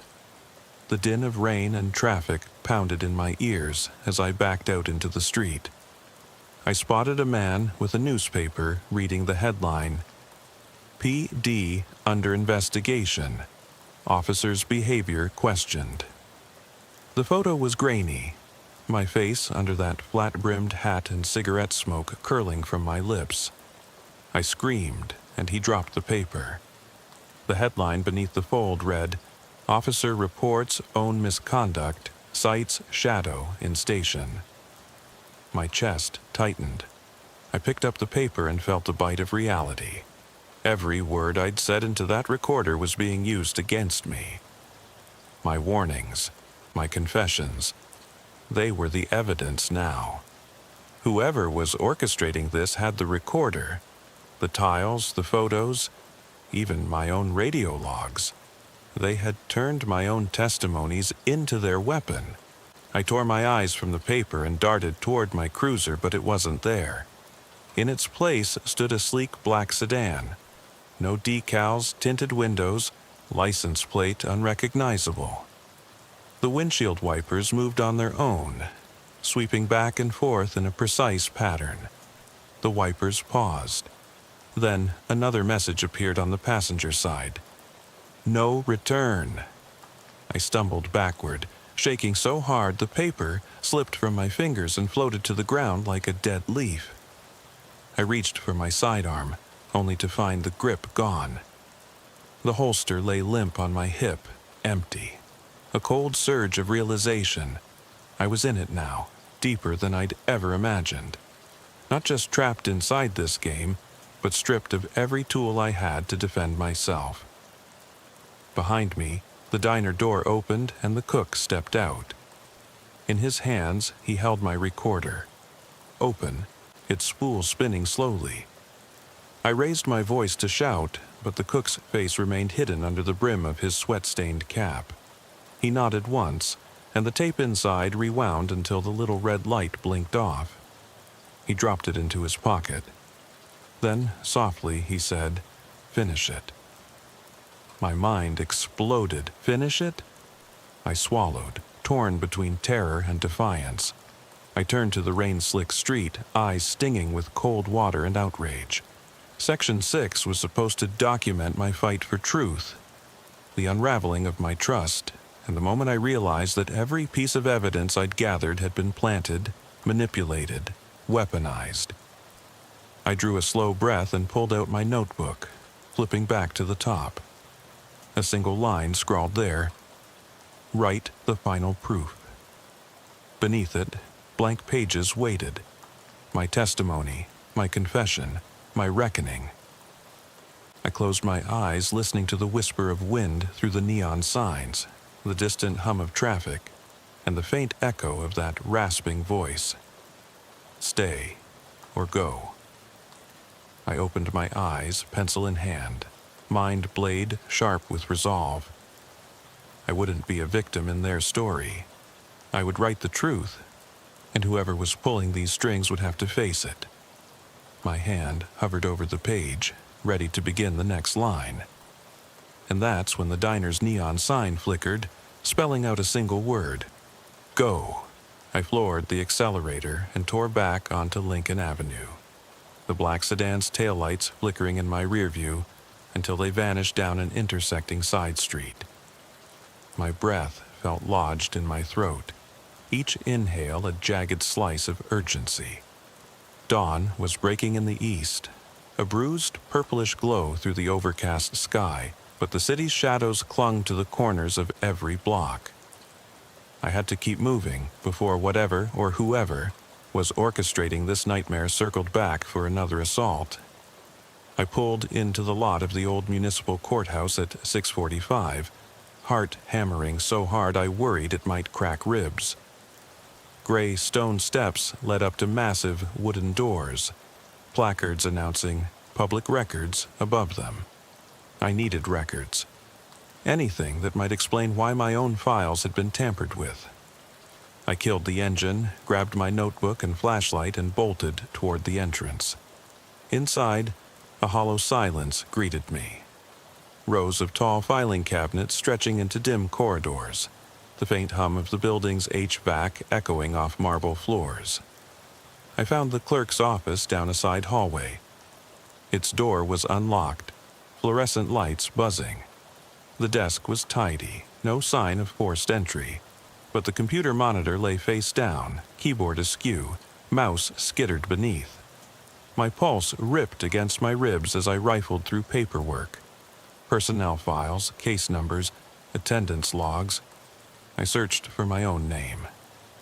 My breath caught when I saw the front of my file, completely blank, as if I'd never existed in the system. I tapped my badge against the desk. No response, no verification. It was like I'd been erased.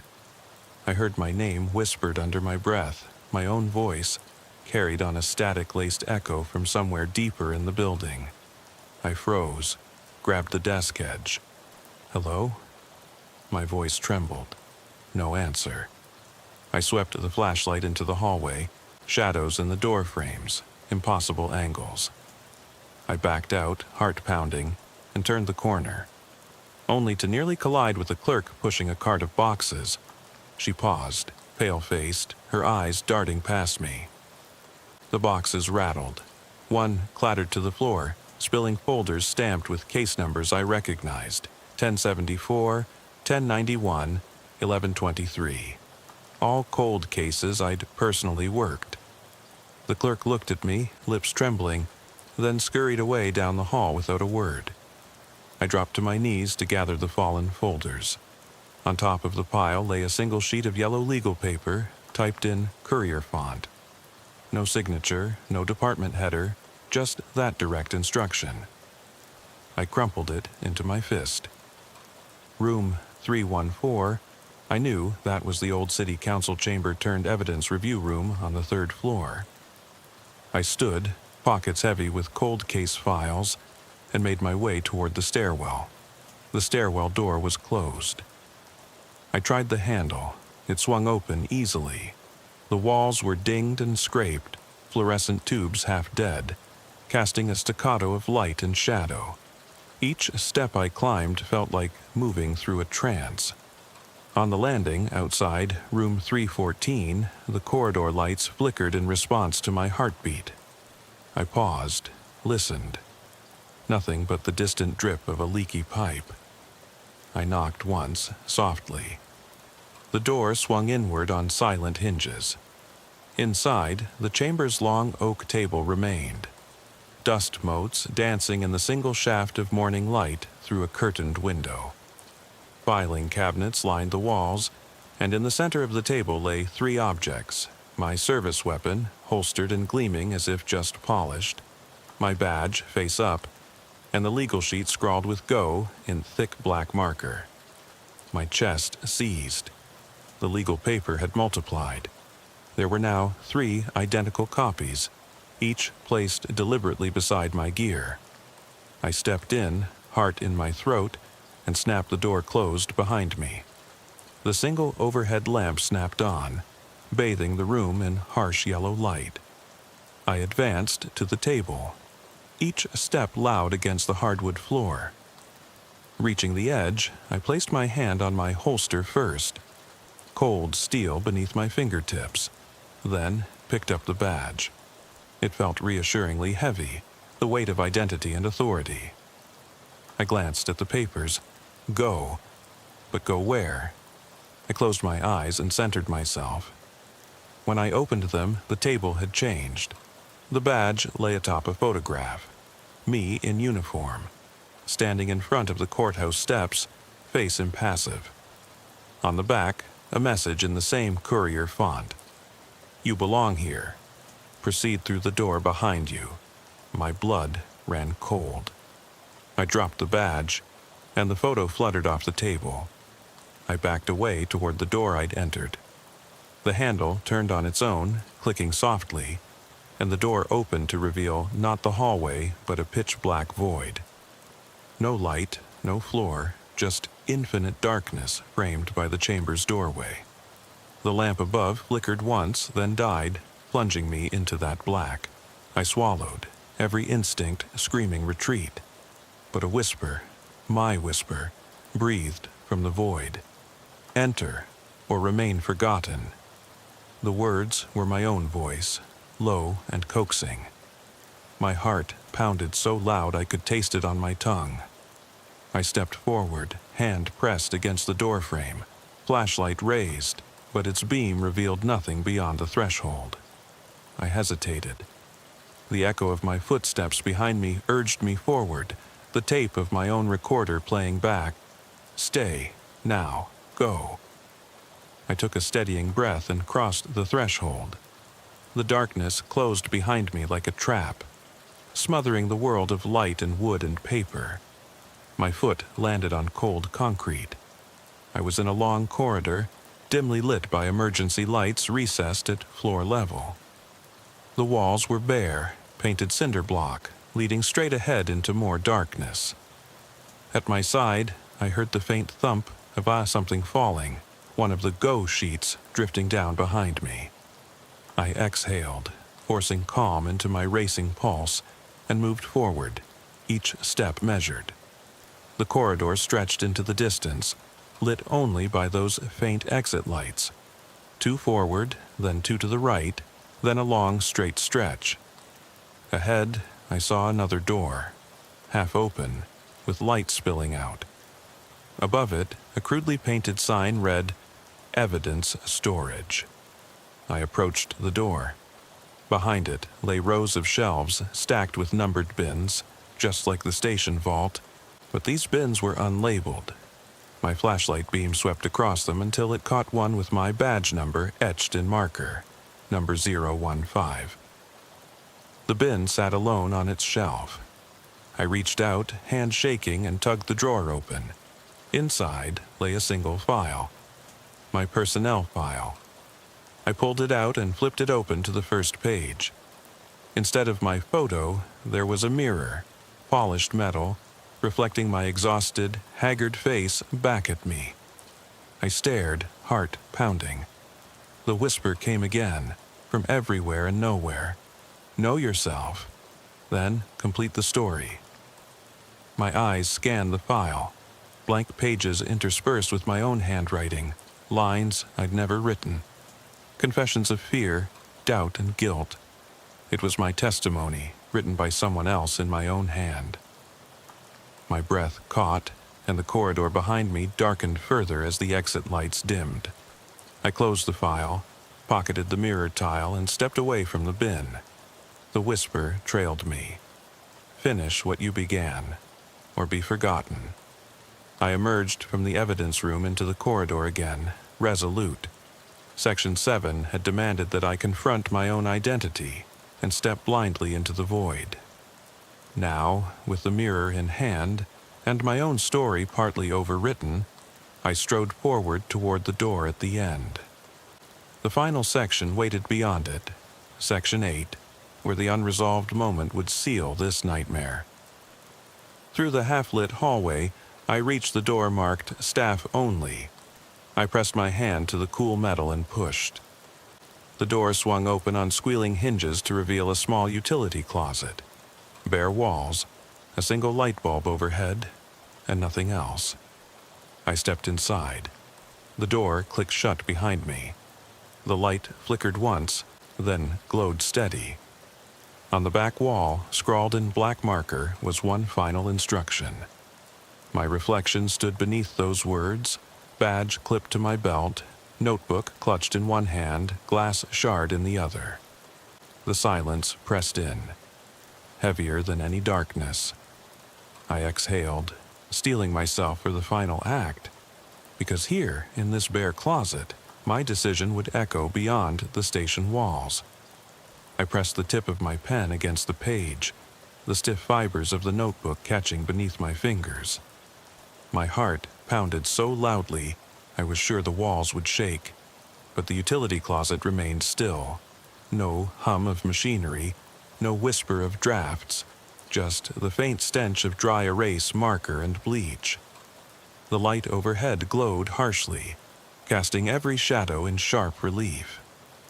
I swallowed back the lump in my throat and wrote the first words. I am Sergeant Samuel Hall. I have been tested beyond any measure I believed possible. Tonight I choose. My hand trembled. I paused, staring at those words as if they might scald the paper.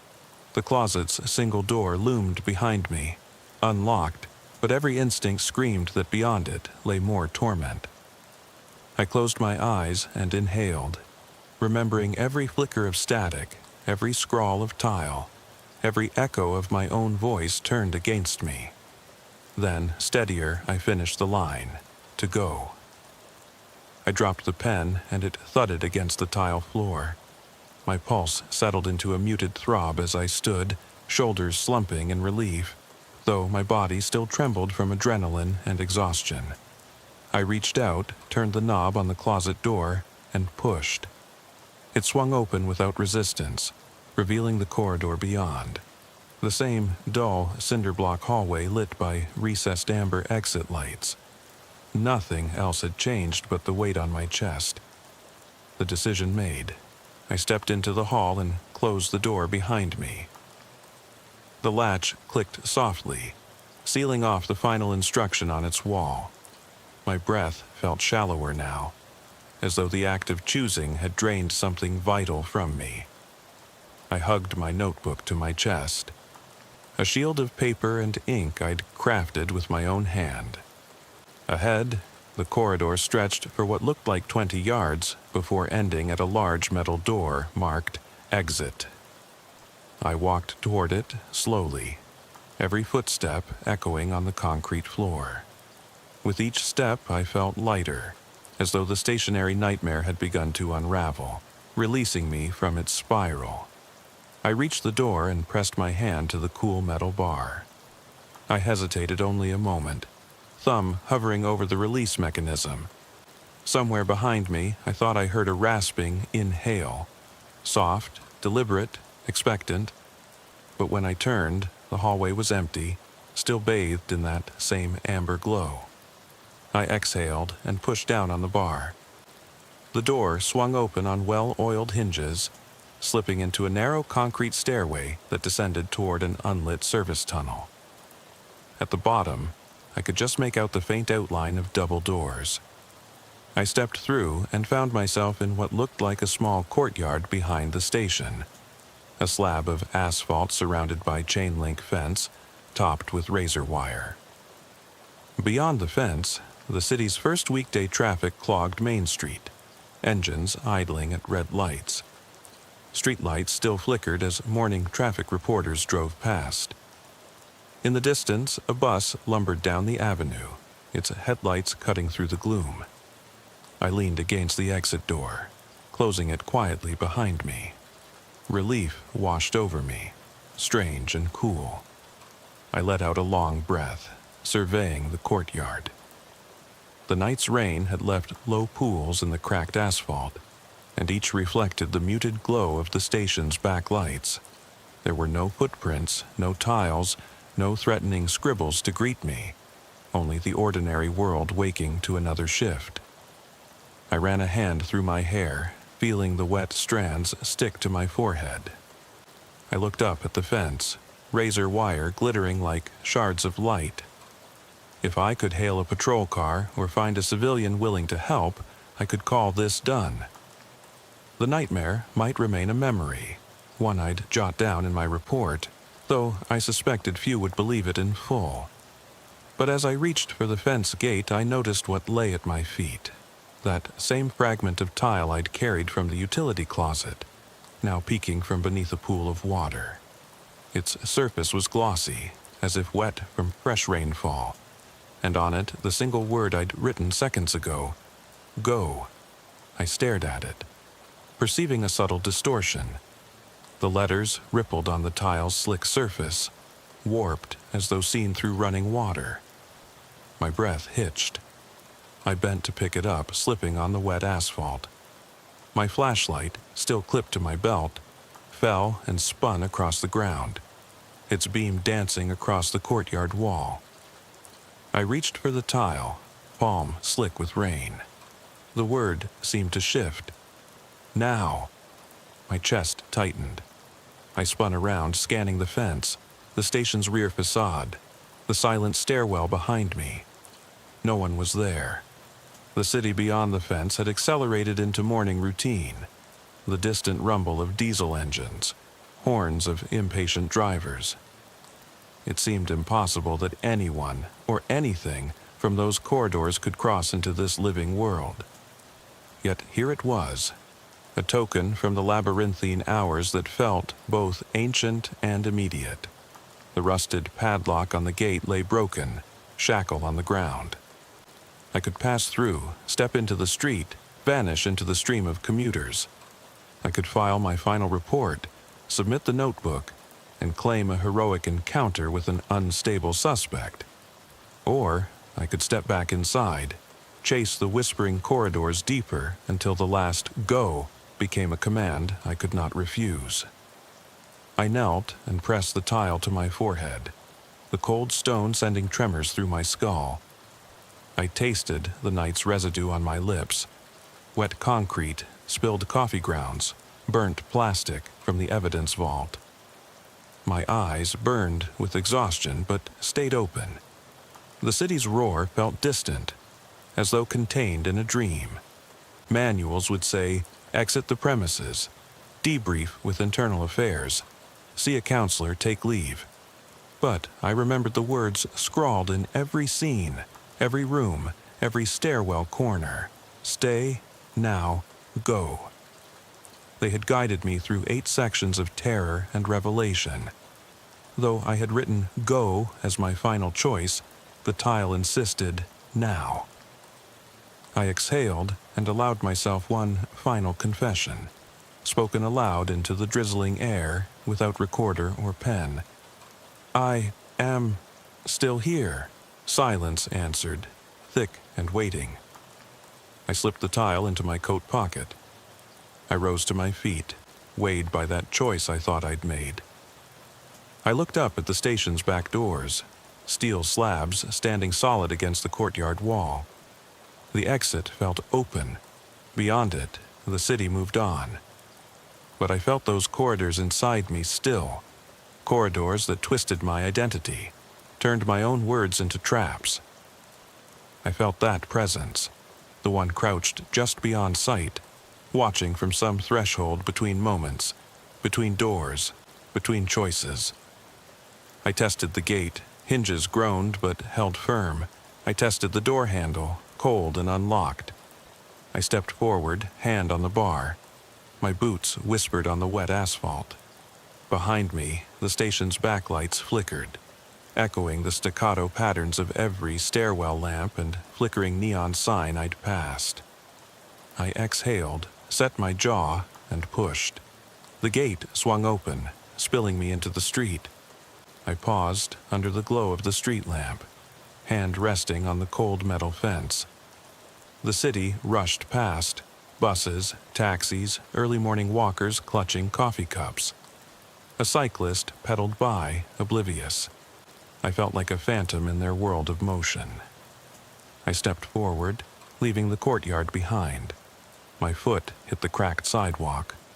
Then a whisper brushed against my ear, so soft I could have imagined it. "Welcome back, Sergeant." I froze. Breath caught. The words were mine, but spoken in a low baritone unfamiliar to memory. I dared not turn. I took another step, then another. The morning sun, or what passed for morning on that overcast day, revealed my reflection in a storefront window. My face was drawn, eyes shadowed, uniform damp. badge glinting against my chest. I saw in my reflection the man who had survived 8 sections of dread, who had chronicled every twist of the station's impossible tangle. Then the whisper came again, carried on the river of traffic sounds. Do you belong here or there? It was a question and a command, woven into one. I walked on, boots echoing on concrete, tile in my pocket pressing cold against my thigh. The city swallowed me up as I passed the coffee shop, the newspaper stand, the morning joggers. And in that shift from station to street, from forced narrative to uncertain freedom, I realized the horror did not end where I left the station. It lived in the echoes of those corridors, in the scratches on tin doors, in every whisper that lingered just beyond the edge of sight. I walked on. Behind me, the station silhouette receded, but I felt its presence in every footstep. The tile in my pocket pulsed with a silent heartbeat reminding me the story was never over. My testimony remained incomplete, an open wound in the night. And the final whisper, my own voice turned specter, was not yet done with me.